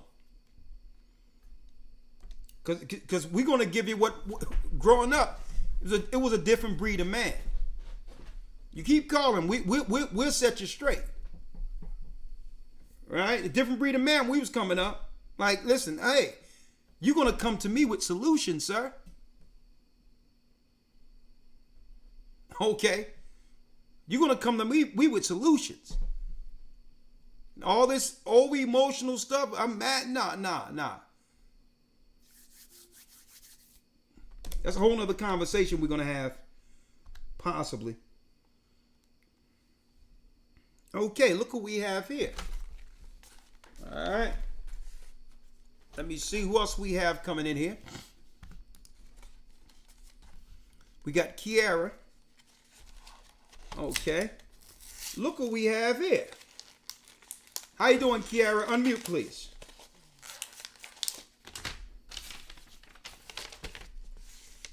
Unmute, Kiara.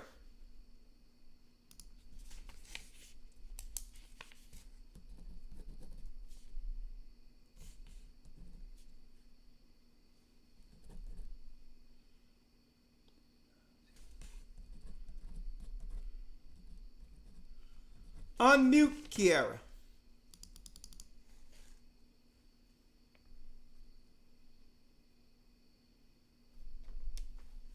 You got Kiara.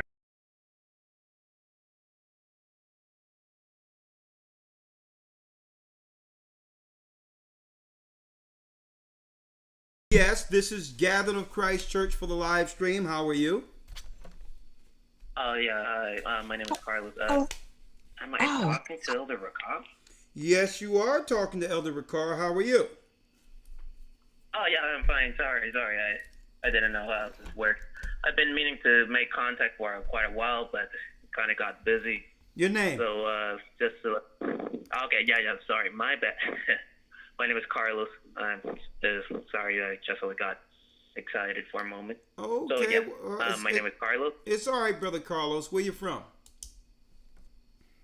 Okay, how to say, I'm right now in Mexico. I was living in Veracruz, currently traveling, and yeah. Traveling what? Military? Story. What are you traveling around for? No, definitely with family, visiting. With family. Where you from? Yeah, from Veracruz. Veracruz, Mexico. You from Mexico? Are you Issachar? No, I'm Judah. Judah. You a Judah that's floating around in Mexico. Why? long story, brother. So yeah, it's yeah. But anyway, what's the reason for your call? Oh yeah. I just have been meaning to ask for a breakdown on Sirach. What is it? 43 verse 6. Because I'm trying to get a better understanding as far as the I'd say calendar of Enoch. Okay, you saying? The Enochian calendar. Oh, okay. What 43 and 6? Yeah, 43 and 6 about the moon. It says the moon Okay, is a sign for Jesus. But, what book? Yeah. What book? Yes, the book of Sirach or Ecclesiasticus, chapter 43, verse 6. All right. Okay, all right. Let me get it. Great question. All right.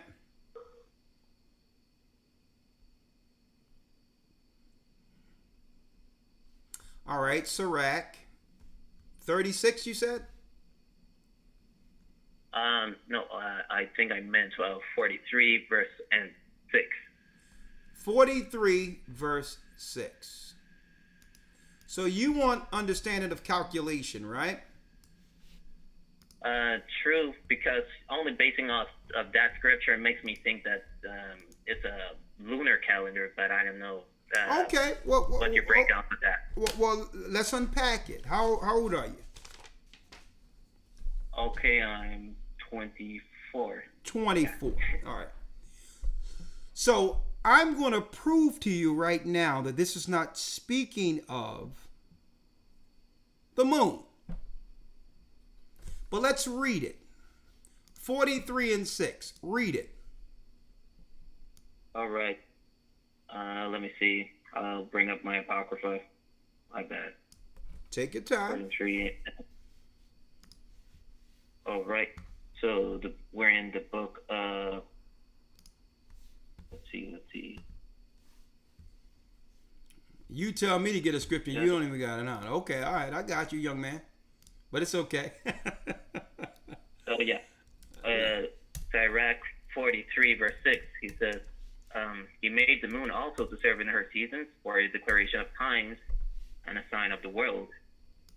And verse 7 says, from the moon is the sign of peace, a light that decreaseth in her perfection. And the third verse says, the month is called after her name, increasing wonderfully in her changing, being an instrument of the armies above, shining in the firmament of heaven. Okay, let me show you that it's not speaking of the moon only. All right? All right. He made the moon also to serve her seasons for declaration of times and a sign of the world. Right? The world, right? Right.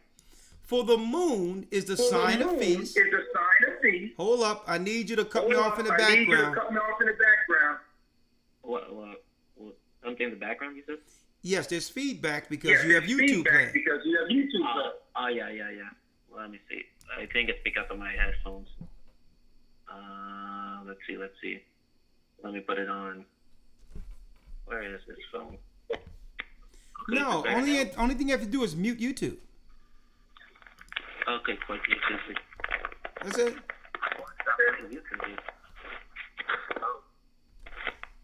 Lord have mercy, man. Y'all make for bad broadcasting. You are my bad. Yeah, you're supposed to make sure, brother. Lord have mercy. Okay. Do me a favor. Take me off any speaker. Brother, take me off any speaker right now, please. Yeah. I mean, I don't have any speakers. It's only my phone. So why is it feeding back? Do you have YouTube playing? No. I only got a phone app. Okay, it's fine right now. It's fine right now. From the moon is a sign of what? Okay, of seasons.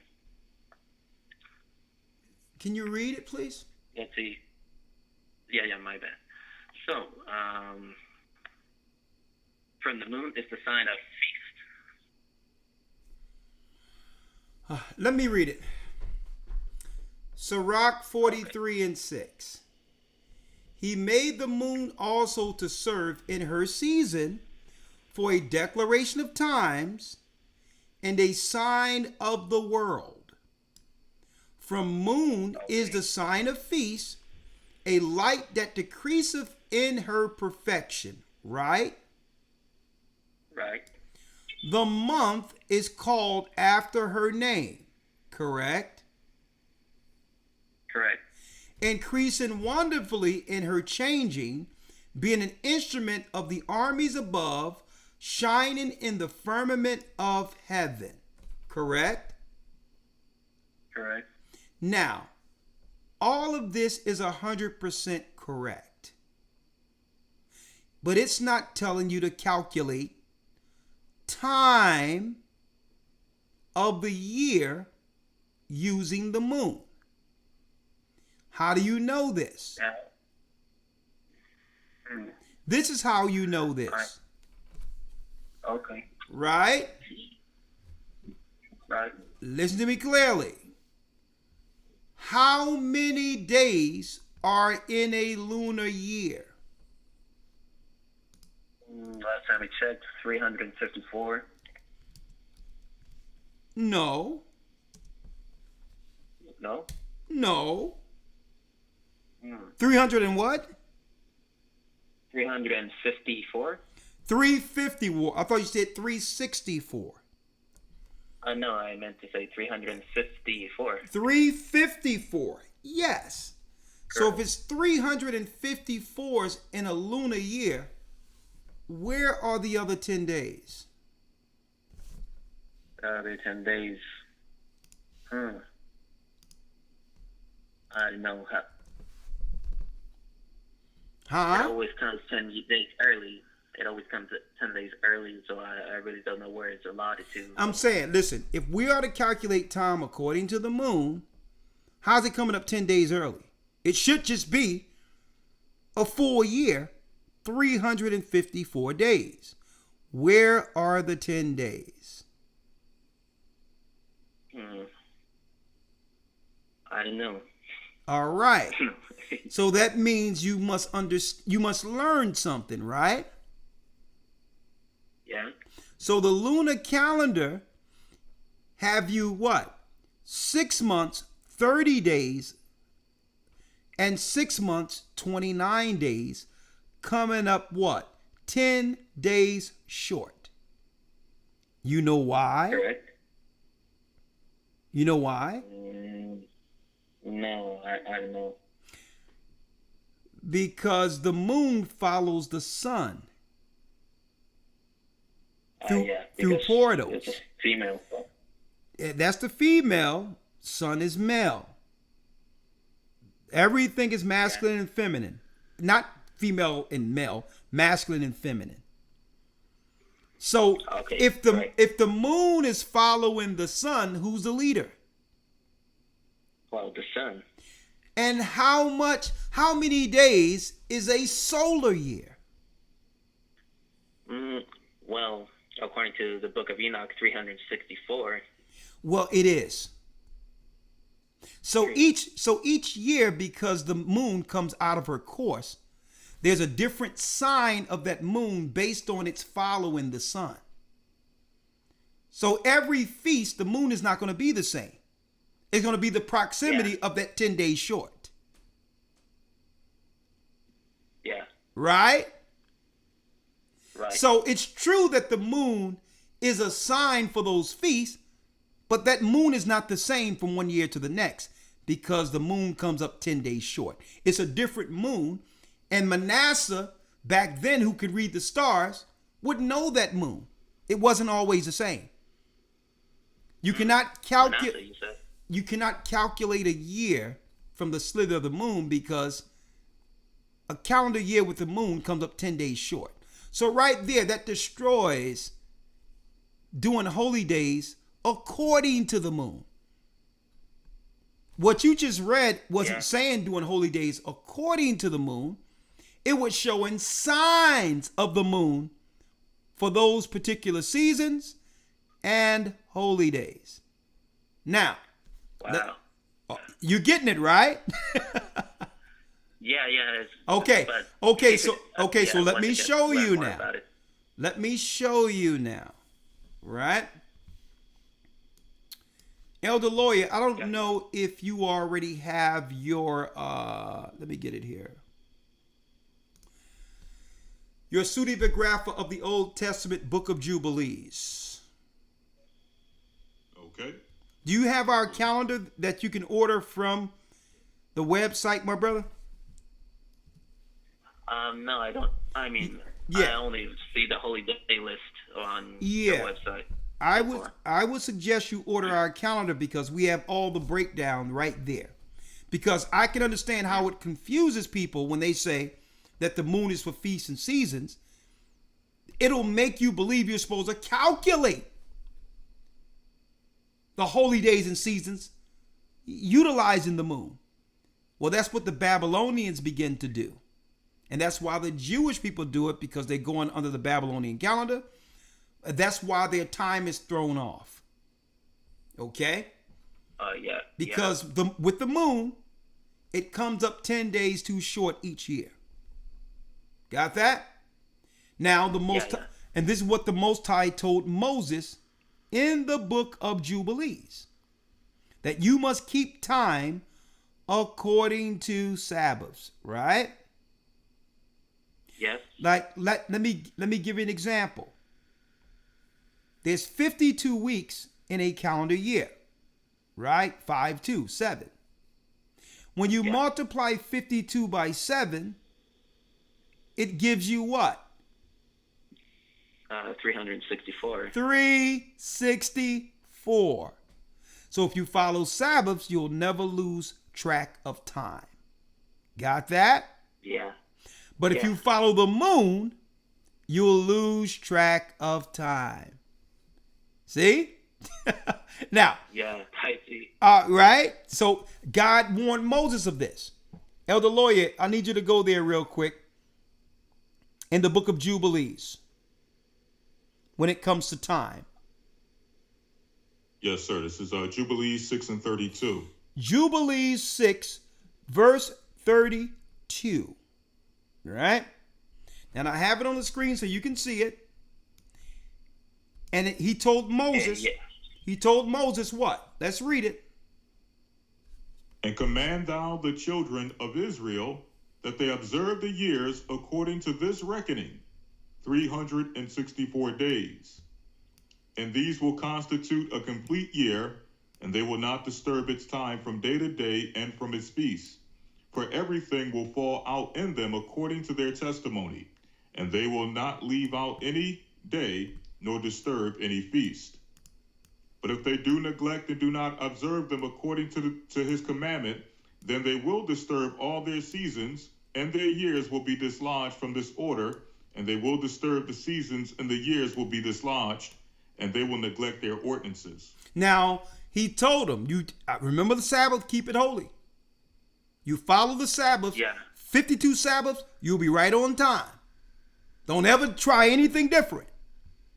Read. Verse number 30. And all the children of Israel. 34. And all the children of Israel will forget and will not find the path of the years, and will forget the new moons and seasons and Sabbaths. And they will go wrong as to all the order of the years. For I know, and from henceforth shall I declare it unto thee, and it is not of my own devising, for the book lies written before me. And on the heavenly tablets the division of days is ordained, lest they forget the feast of the covenant and walk according to the feast of the Gentiles, after their error and after their ignorance. Read. For there will be those who will assuredly make observations of the moon. Observations of the what? Observations of the moon. That's the problem if you're looking at the moon only. Read.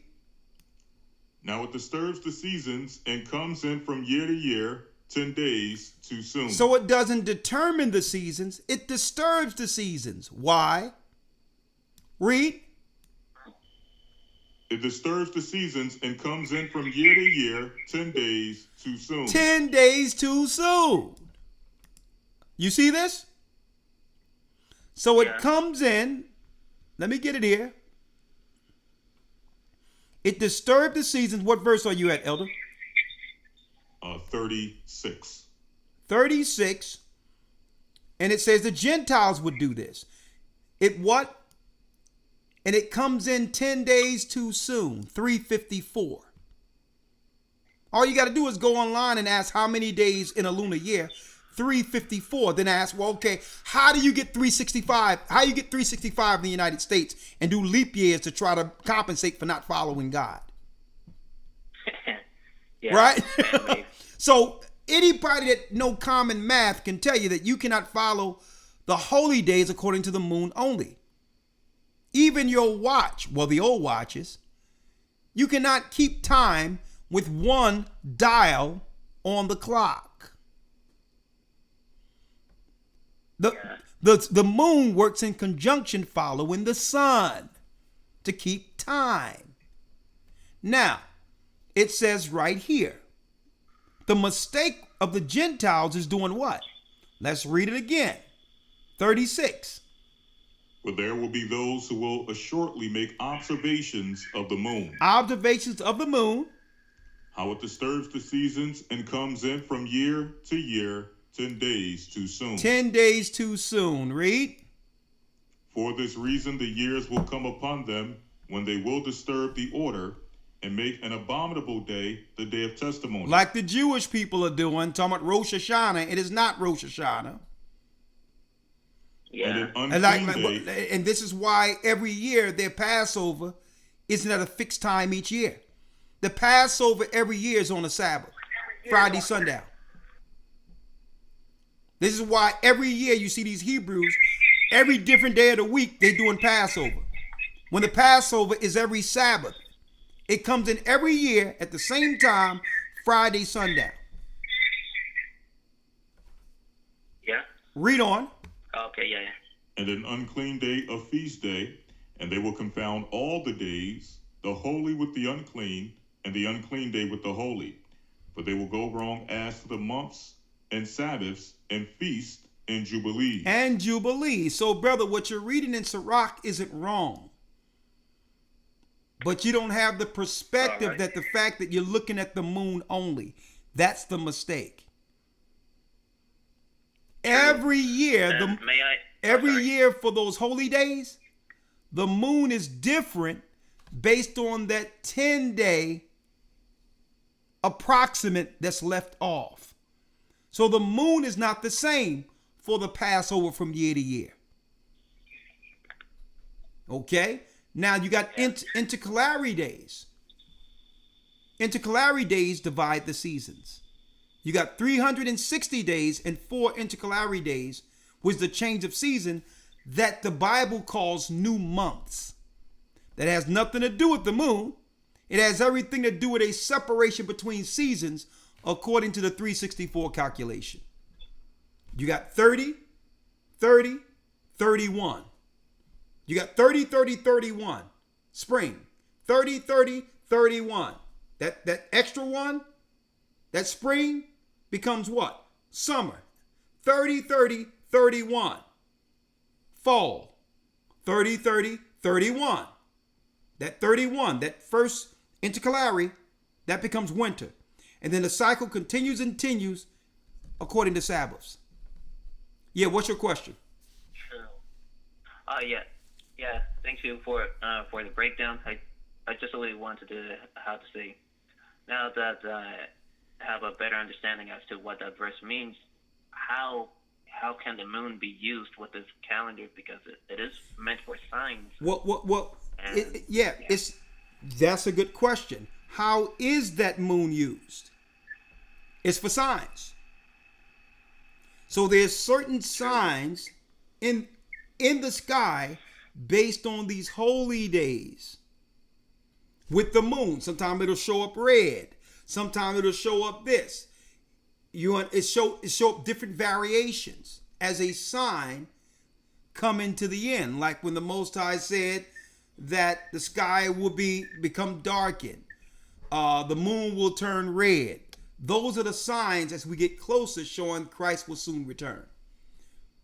That I can show you that as an example. Right. Now the whole lesson can be made on this, but it's not looking at the moon only. That's the mistake. And this is what Satan have done from the beginning, my brother. Think about it. Satan from the beginning tried to exalt what? The female over the male. Eve. So now everything is masculine from the Most High. He exalts everything feminine or less to play against the Most High's creation. The moon operates behind the sun. Even the signs of her reflections, when she turns red, it's because of the reflection off of the sun. All the signs you're dealing with comes from the sun. Yeah, I didn't see it that way, but yeah. So that's why the Arabs worshiping Semiramis, they have the crescent moon. That's why they do it, because it's Babylonian. It's out of order. It's female over male. The worship of what? The feminine. Okay? And this is why even on your particular, it's the feminine reproduction they're worshiping by upholding the moon, because they know she's the what? She's the feminine. Then you have your you have your cathedrals of your Catholic Church. When you walk in, there's a red door and it's pointed like this because you're walking into the feminine. Everything goes back to Babylon, the worship of the feminine goddess of the goddess of fertility. The feminist, the women reproduction organ is the worship when you come to the moon and all that. It all goes back to that in symbolism. It has nothing to do with the Most High. Okay, it's taking the focus. And guess what? The earth is doing exactly what the Most High said would happen when people begin to look at the moon only. And I'm going to show you, because where you think the word lunatic comes from? From those, well, I don't know, but let me tell you that from experience, being in conflict with hearing different lunar calendars, I kind of lunatic. Lunatic is when your mind is out of order because it's in conjunction with the moon. It's lunatic. That's where you get lunatic from. Actually. Yeah. Because why? Yeah. Listen, common sense goes out the window.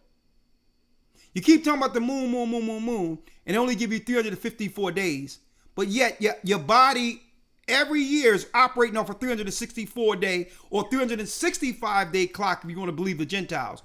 And you ain't even thinking about the 10 days missing with the moon. That's lunatic.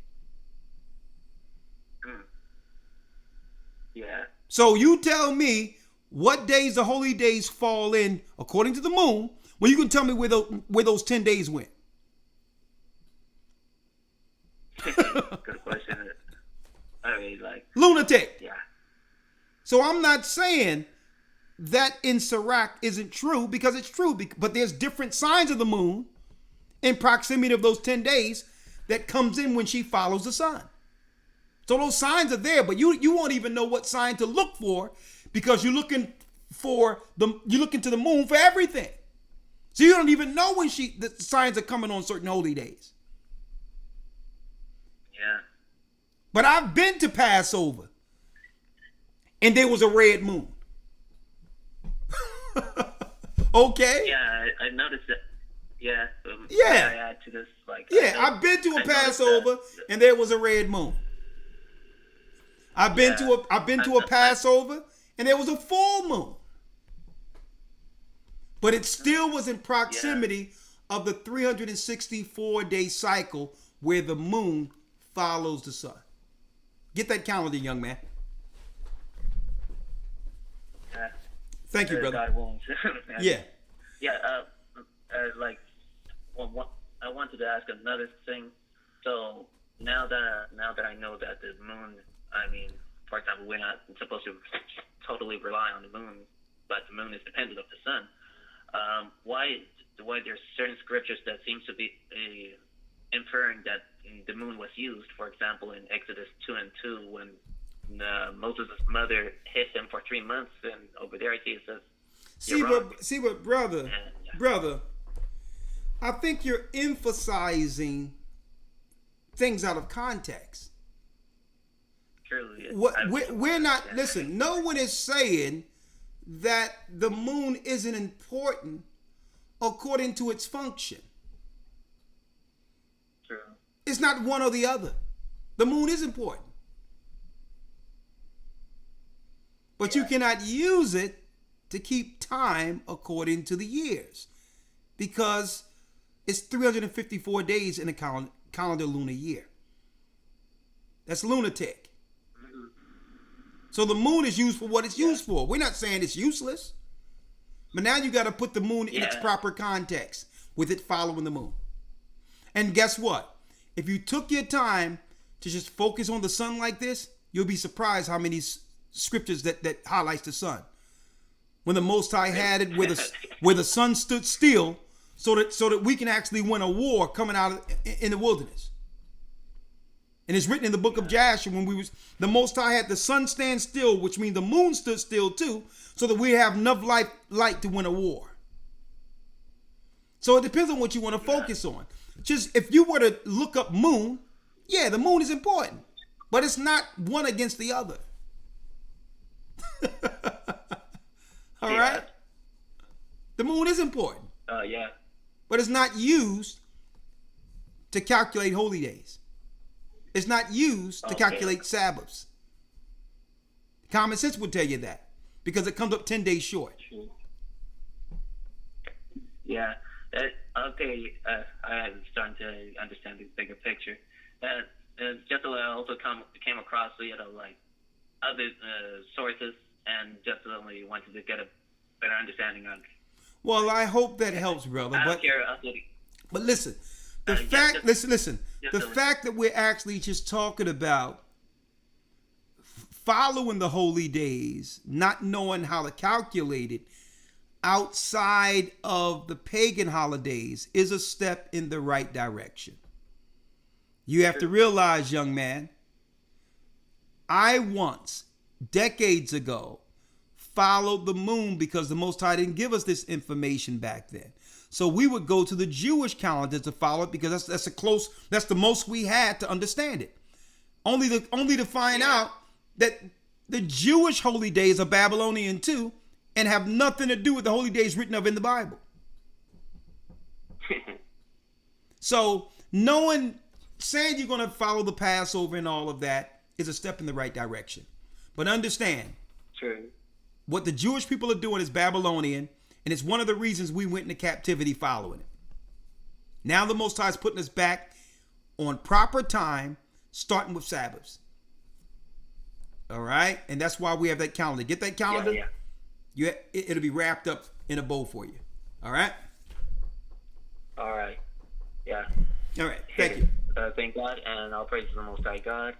Thank you, Elder Lawyer, and I meant to say Elder Rawchaa and Elder Lawyer, for taking your time to take my questions, and God willing. All day.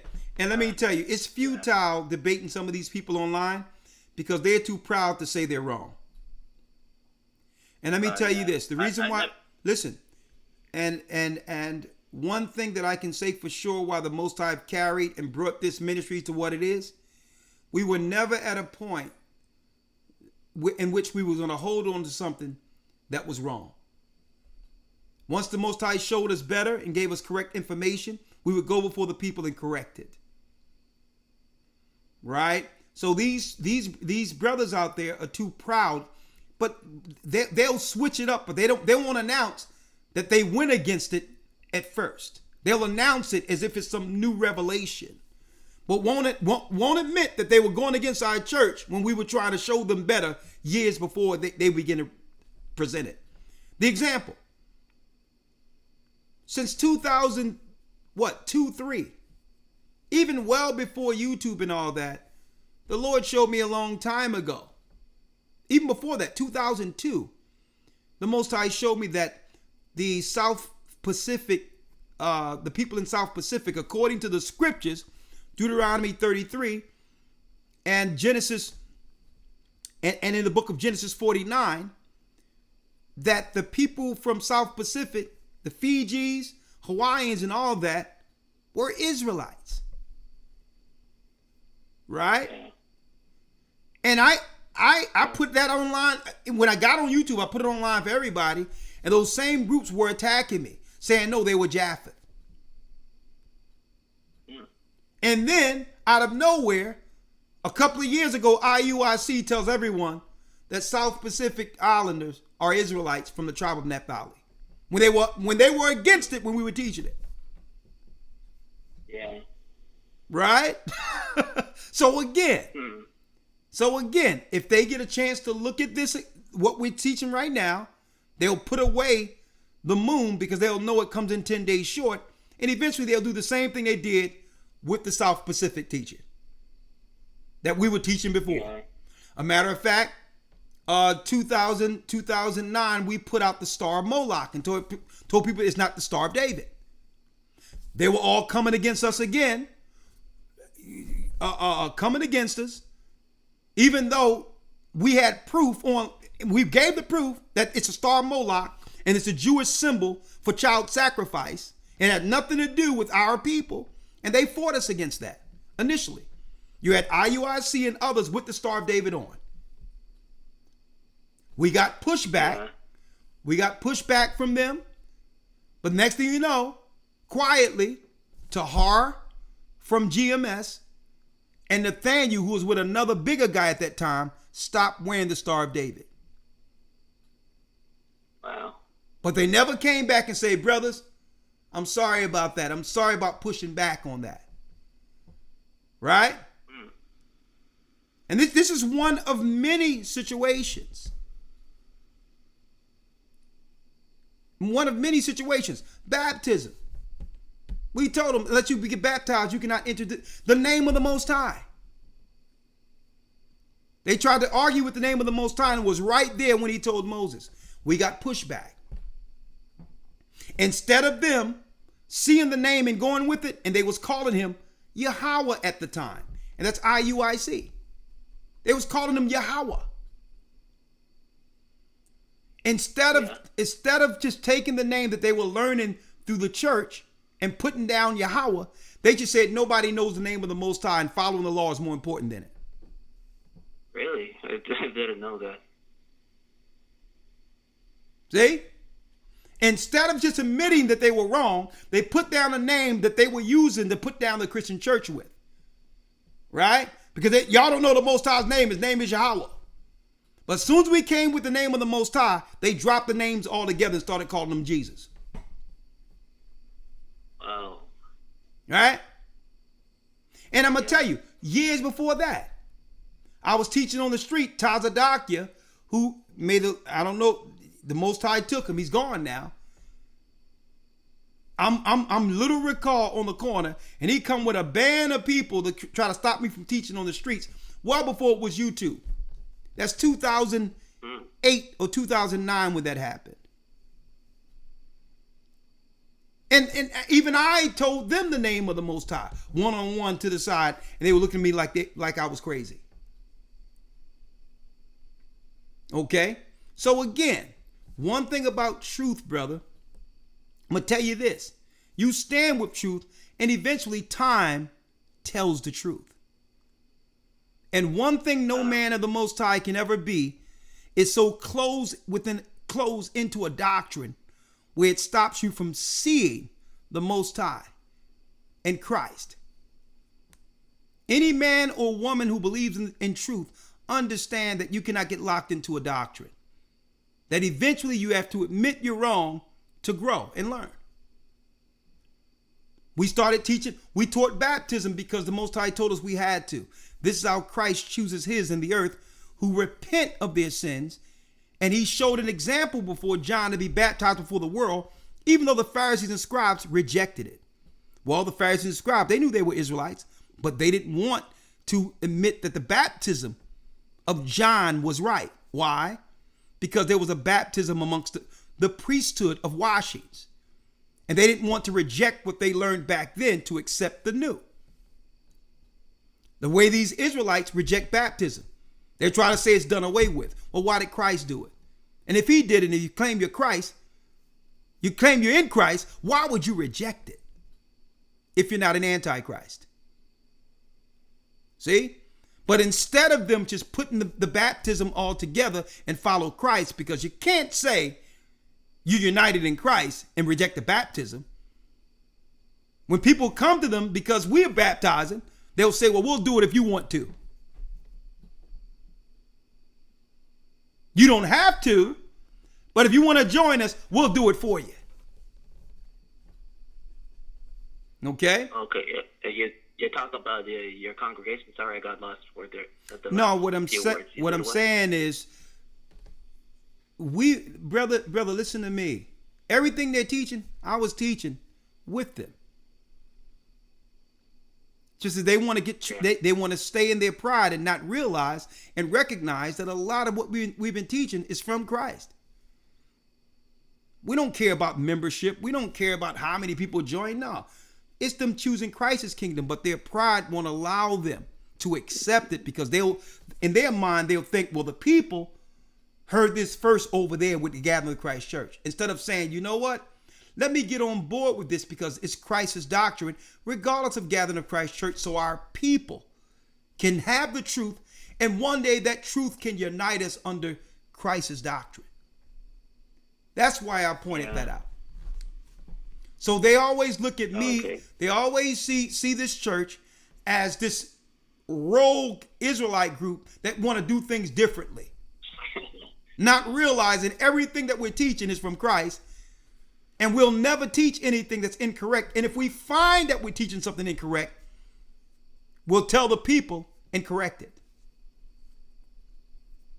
The holy days they're following are incorrect. The names they're using are incorrect. If they deny the baptism, they will not make it into the kingdom of heaven because they'll stop up the kingdom of heaven for those who will go in where they're not entering themselves. And I'll end it there. Okay. My brother. Thank God, and thank you, Elder Rawchaa. Shalom. Shalom. Yeah.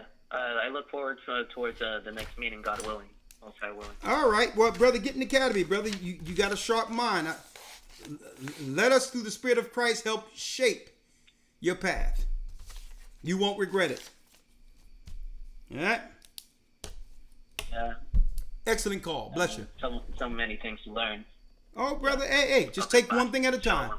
Shalom. Learn one thing at a time. You're good, young man. You'll be good. Shalom. All right.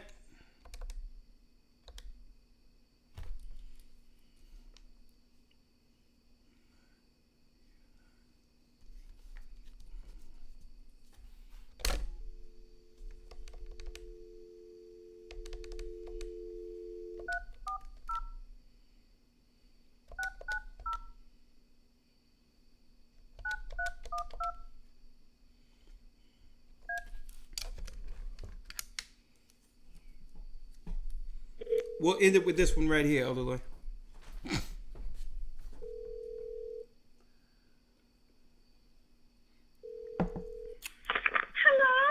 Hello. What's going on, young lady? Sunshine. I wanted Shalom. I just wanted to say hello because I've seen you in the message. Would you like to say anything on this before we pack up tonight? Oh yes, Elders. Yes, I do. Wow. From past to present, we see the same hunting tactics from Babylon and Nimrod's head to America. The worldwide deception is so unreal that if it were possible, they would in these last days be able to deceive the very elect, from identifying as person to animal, male to female, or female to male, false transformations of all kinds based on lies and deceits of the heart, many choosing to call evil good and good evil. And with the magic and media wand before us, the masses receive and gladly believe the changing tide of what the love of the world is supporting or what is it is denouncing. And because the love of the world is so pushed and nursed in the earth, godlessness abounds, and it manifests in all the sins done in the earth: lying, stealing, backbiting, envying, striving, murder from the beginning, and the like. And those who claim to be the guards of the gospel of Christ are even more wearied and weakened, and now with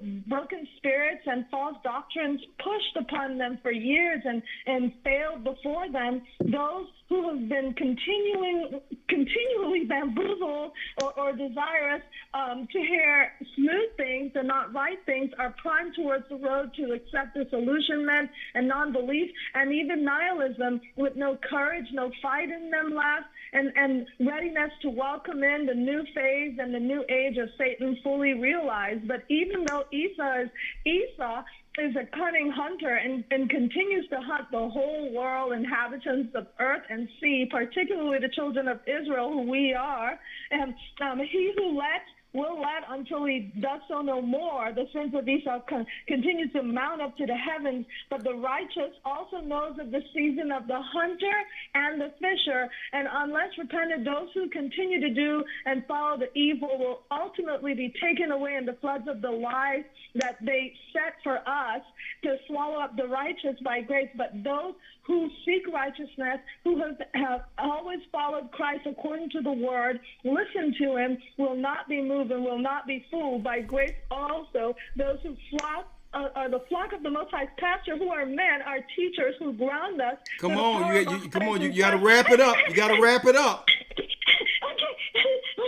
And so we seek after spiritual and not earthly things, and will correct course, and the first shall be last, and last shall be first. We see prophecy before our eyes, and our highest will be done on earth. All praise be to the Most High. And that's all I wanted to say. Bless you. That's all I wanted to say, Elder. Bless you. All right. Bless you. Shalom. Okay. Bless you. Sunshine is still smiling. Kiara, I'm going to bring you in 1 second.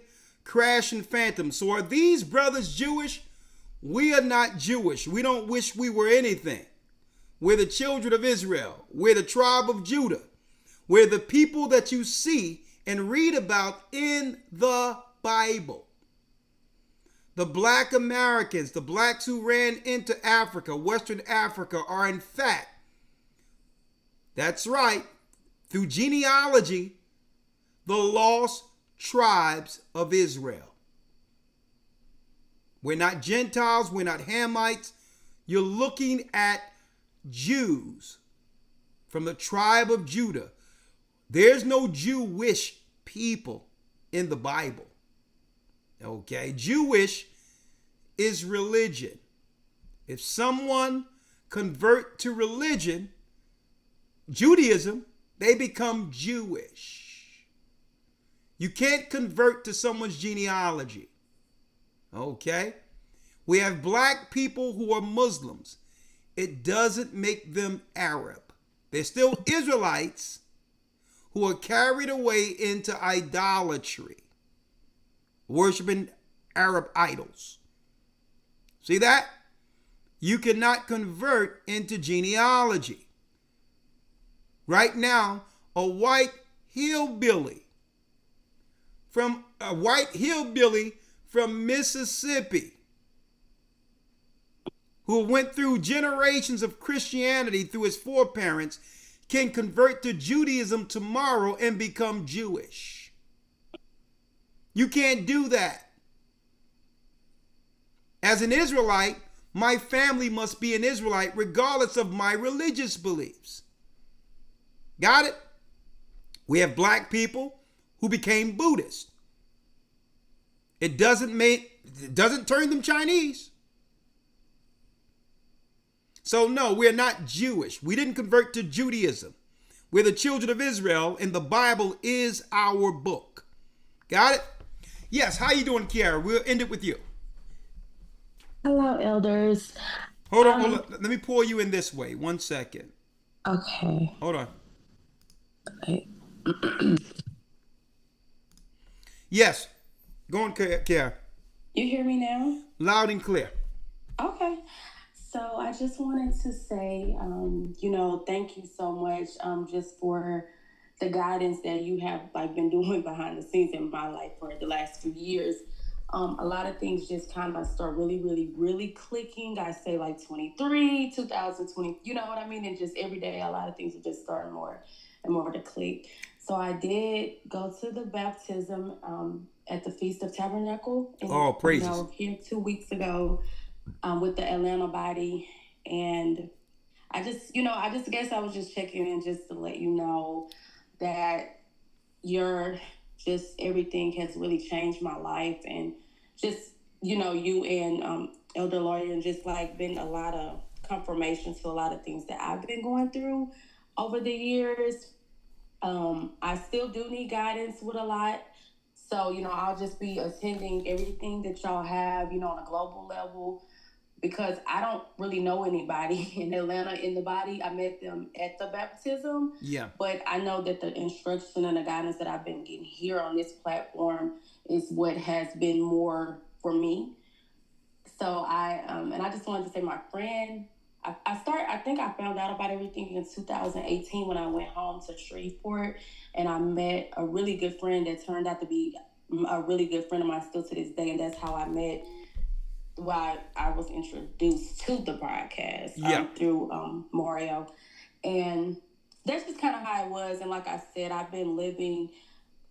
Like I said, it's just starting to click. A lot of things are starting to click. I know what I'm doing behind closed doors. I know I'm making the changes, and I know that I have I was asking for a lot of truth and clarification, like in some very dark times in my life, in grief. And then it just was like, boom, everything started clicking, because I knew it was some things that just was not adding up. So that's it. Okay. Well, I'm telling you, Kiara, just welcome to the body. We have some great brothers there led by Bishop Baruch.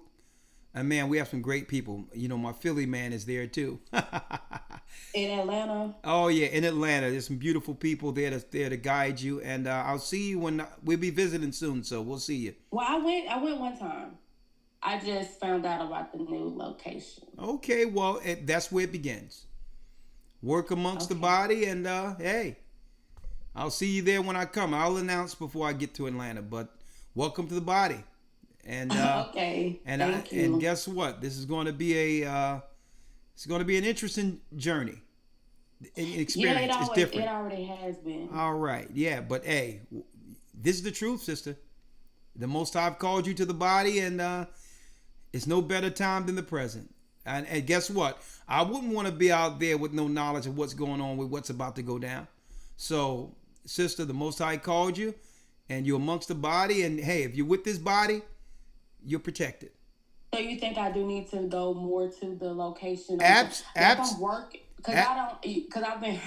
Absolutely. I don't really like dealing with a lot of people. Sister, listen. Absolutely, because at the end of the day, when it comes to protection and certain things that are going on, you don't want to be unfamiliar when things go down, and now we have to worry about who to take care of, who to actually give certain things to. People are going to deal with who they're familiar with. So you have to build. You still need to build a rapport with them, even if you can't come every day. They got to know who you are. Every week, they got to know who you are. Okay. Right. He baptized me. Okay. And then I went twice in baptism, but it's not consistent. But I would definitely try to get there. Yeah, just Saturday. Yeah, to try to be there on Sabbaths and show your face. And I've never went to a Sabbath and didn't get something out of it. I never regretted it. Usually, some type of revelation, some understanding comes every time we come together on Sabbath. So you don't want to miss that. All right. Okay. Well, I did order a calendar, so I'm just looking forward to staying on track. Okay. Just, where I'm at. So. All right. Well, thank you.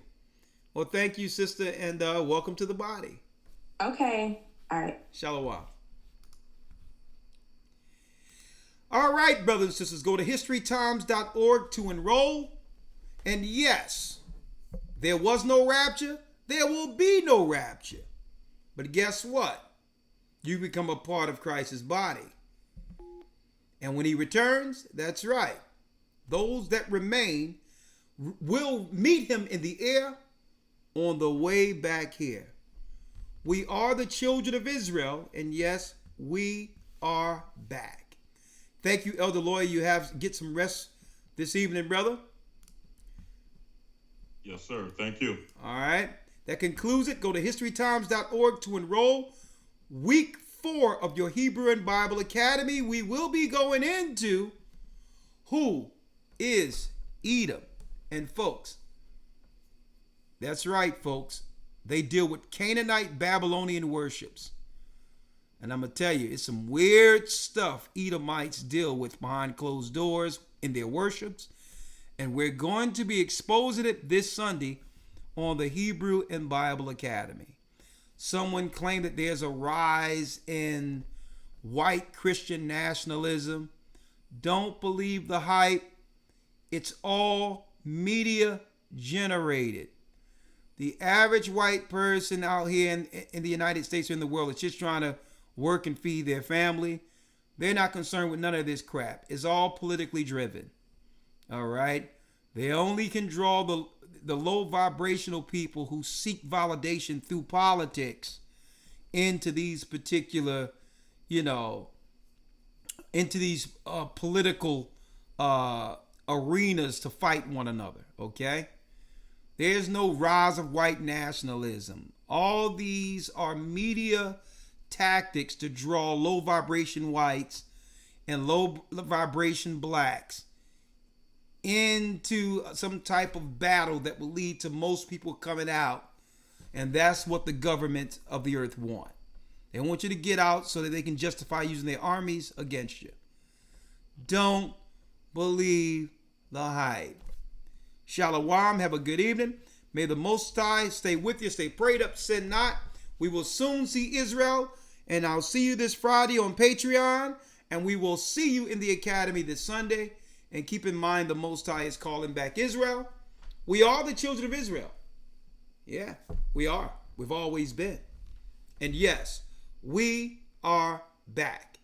Good evening. The Arabs and Africans told us at gunpoint. Together our wives and children then sold us. In the belly of these great ships we traveled in fear. By the rivers of Babylon we found our brothers here. Assyrian in Colombia. Reuben from Australia. Issachar, the Mexicans. Highest gathering Israel. The Negroes. Benjamin, the West Indians. Levi, the Haitians. Highest gathering Israel.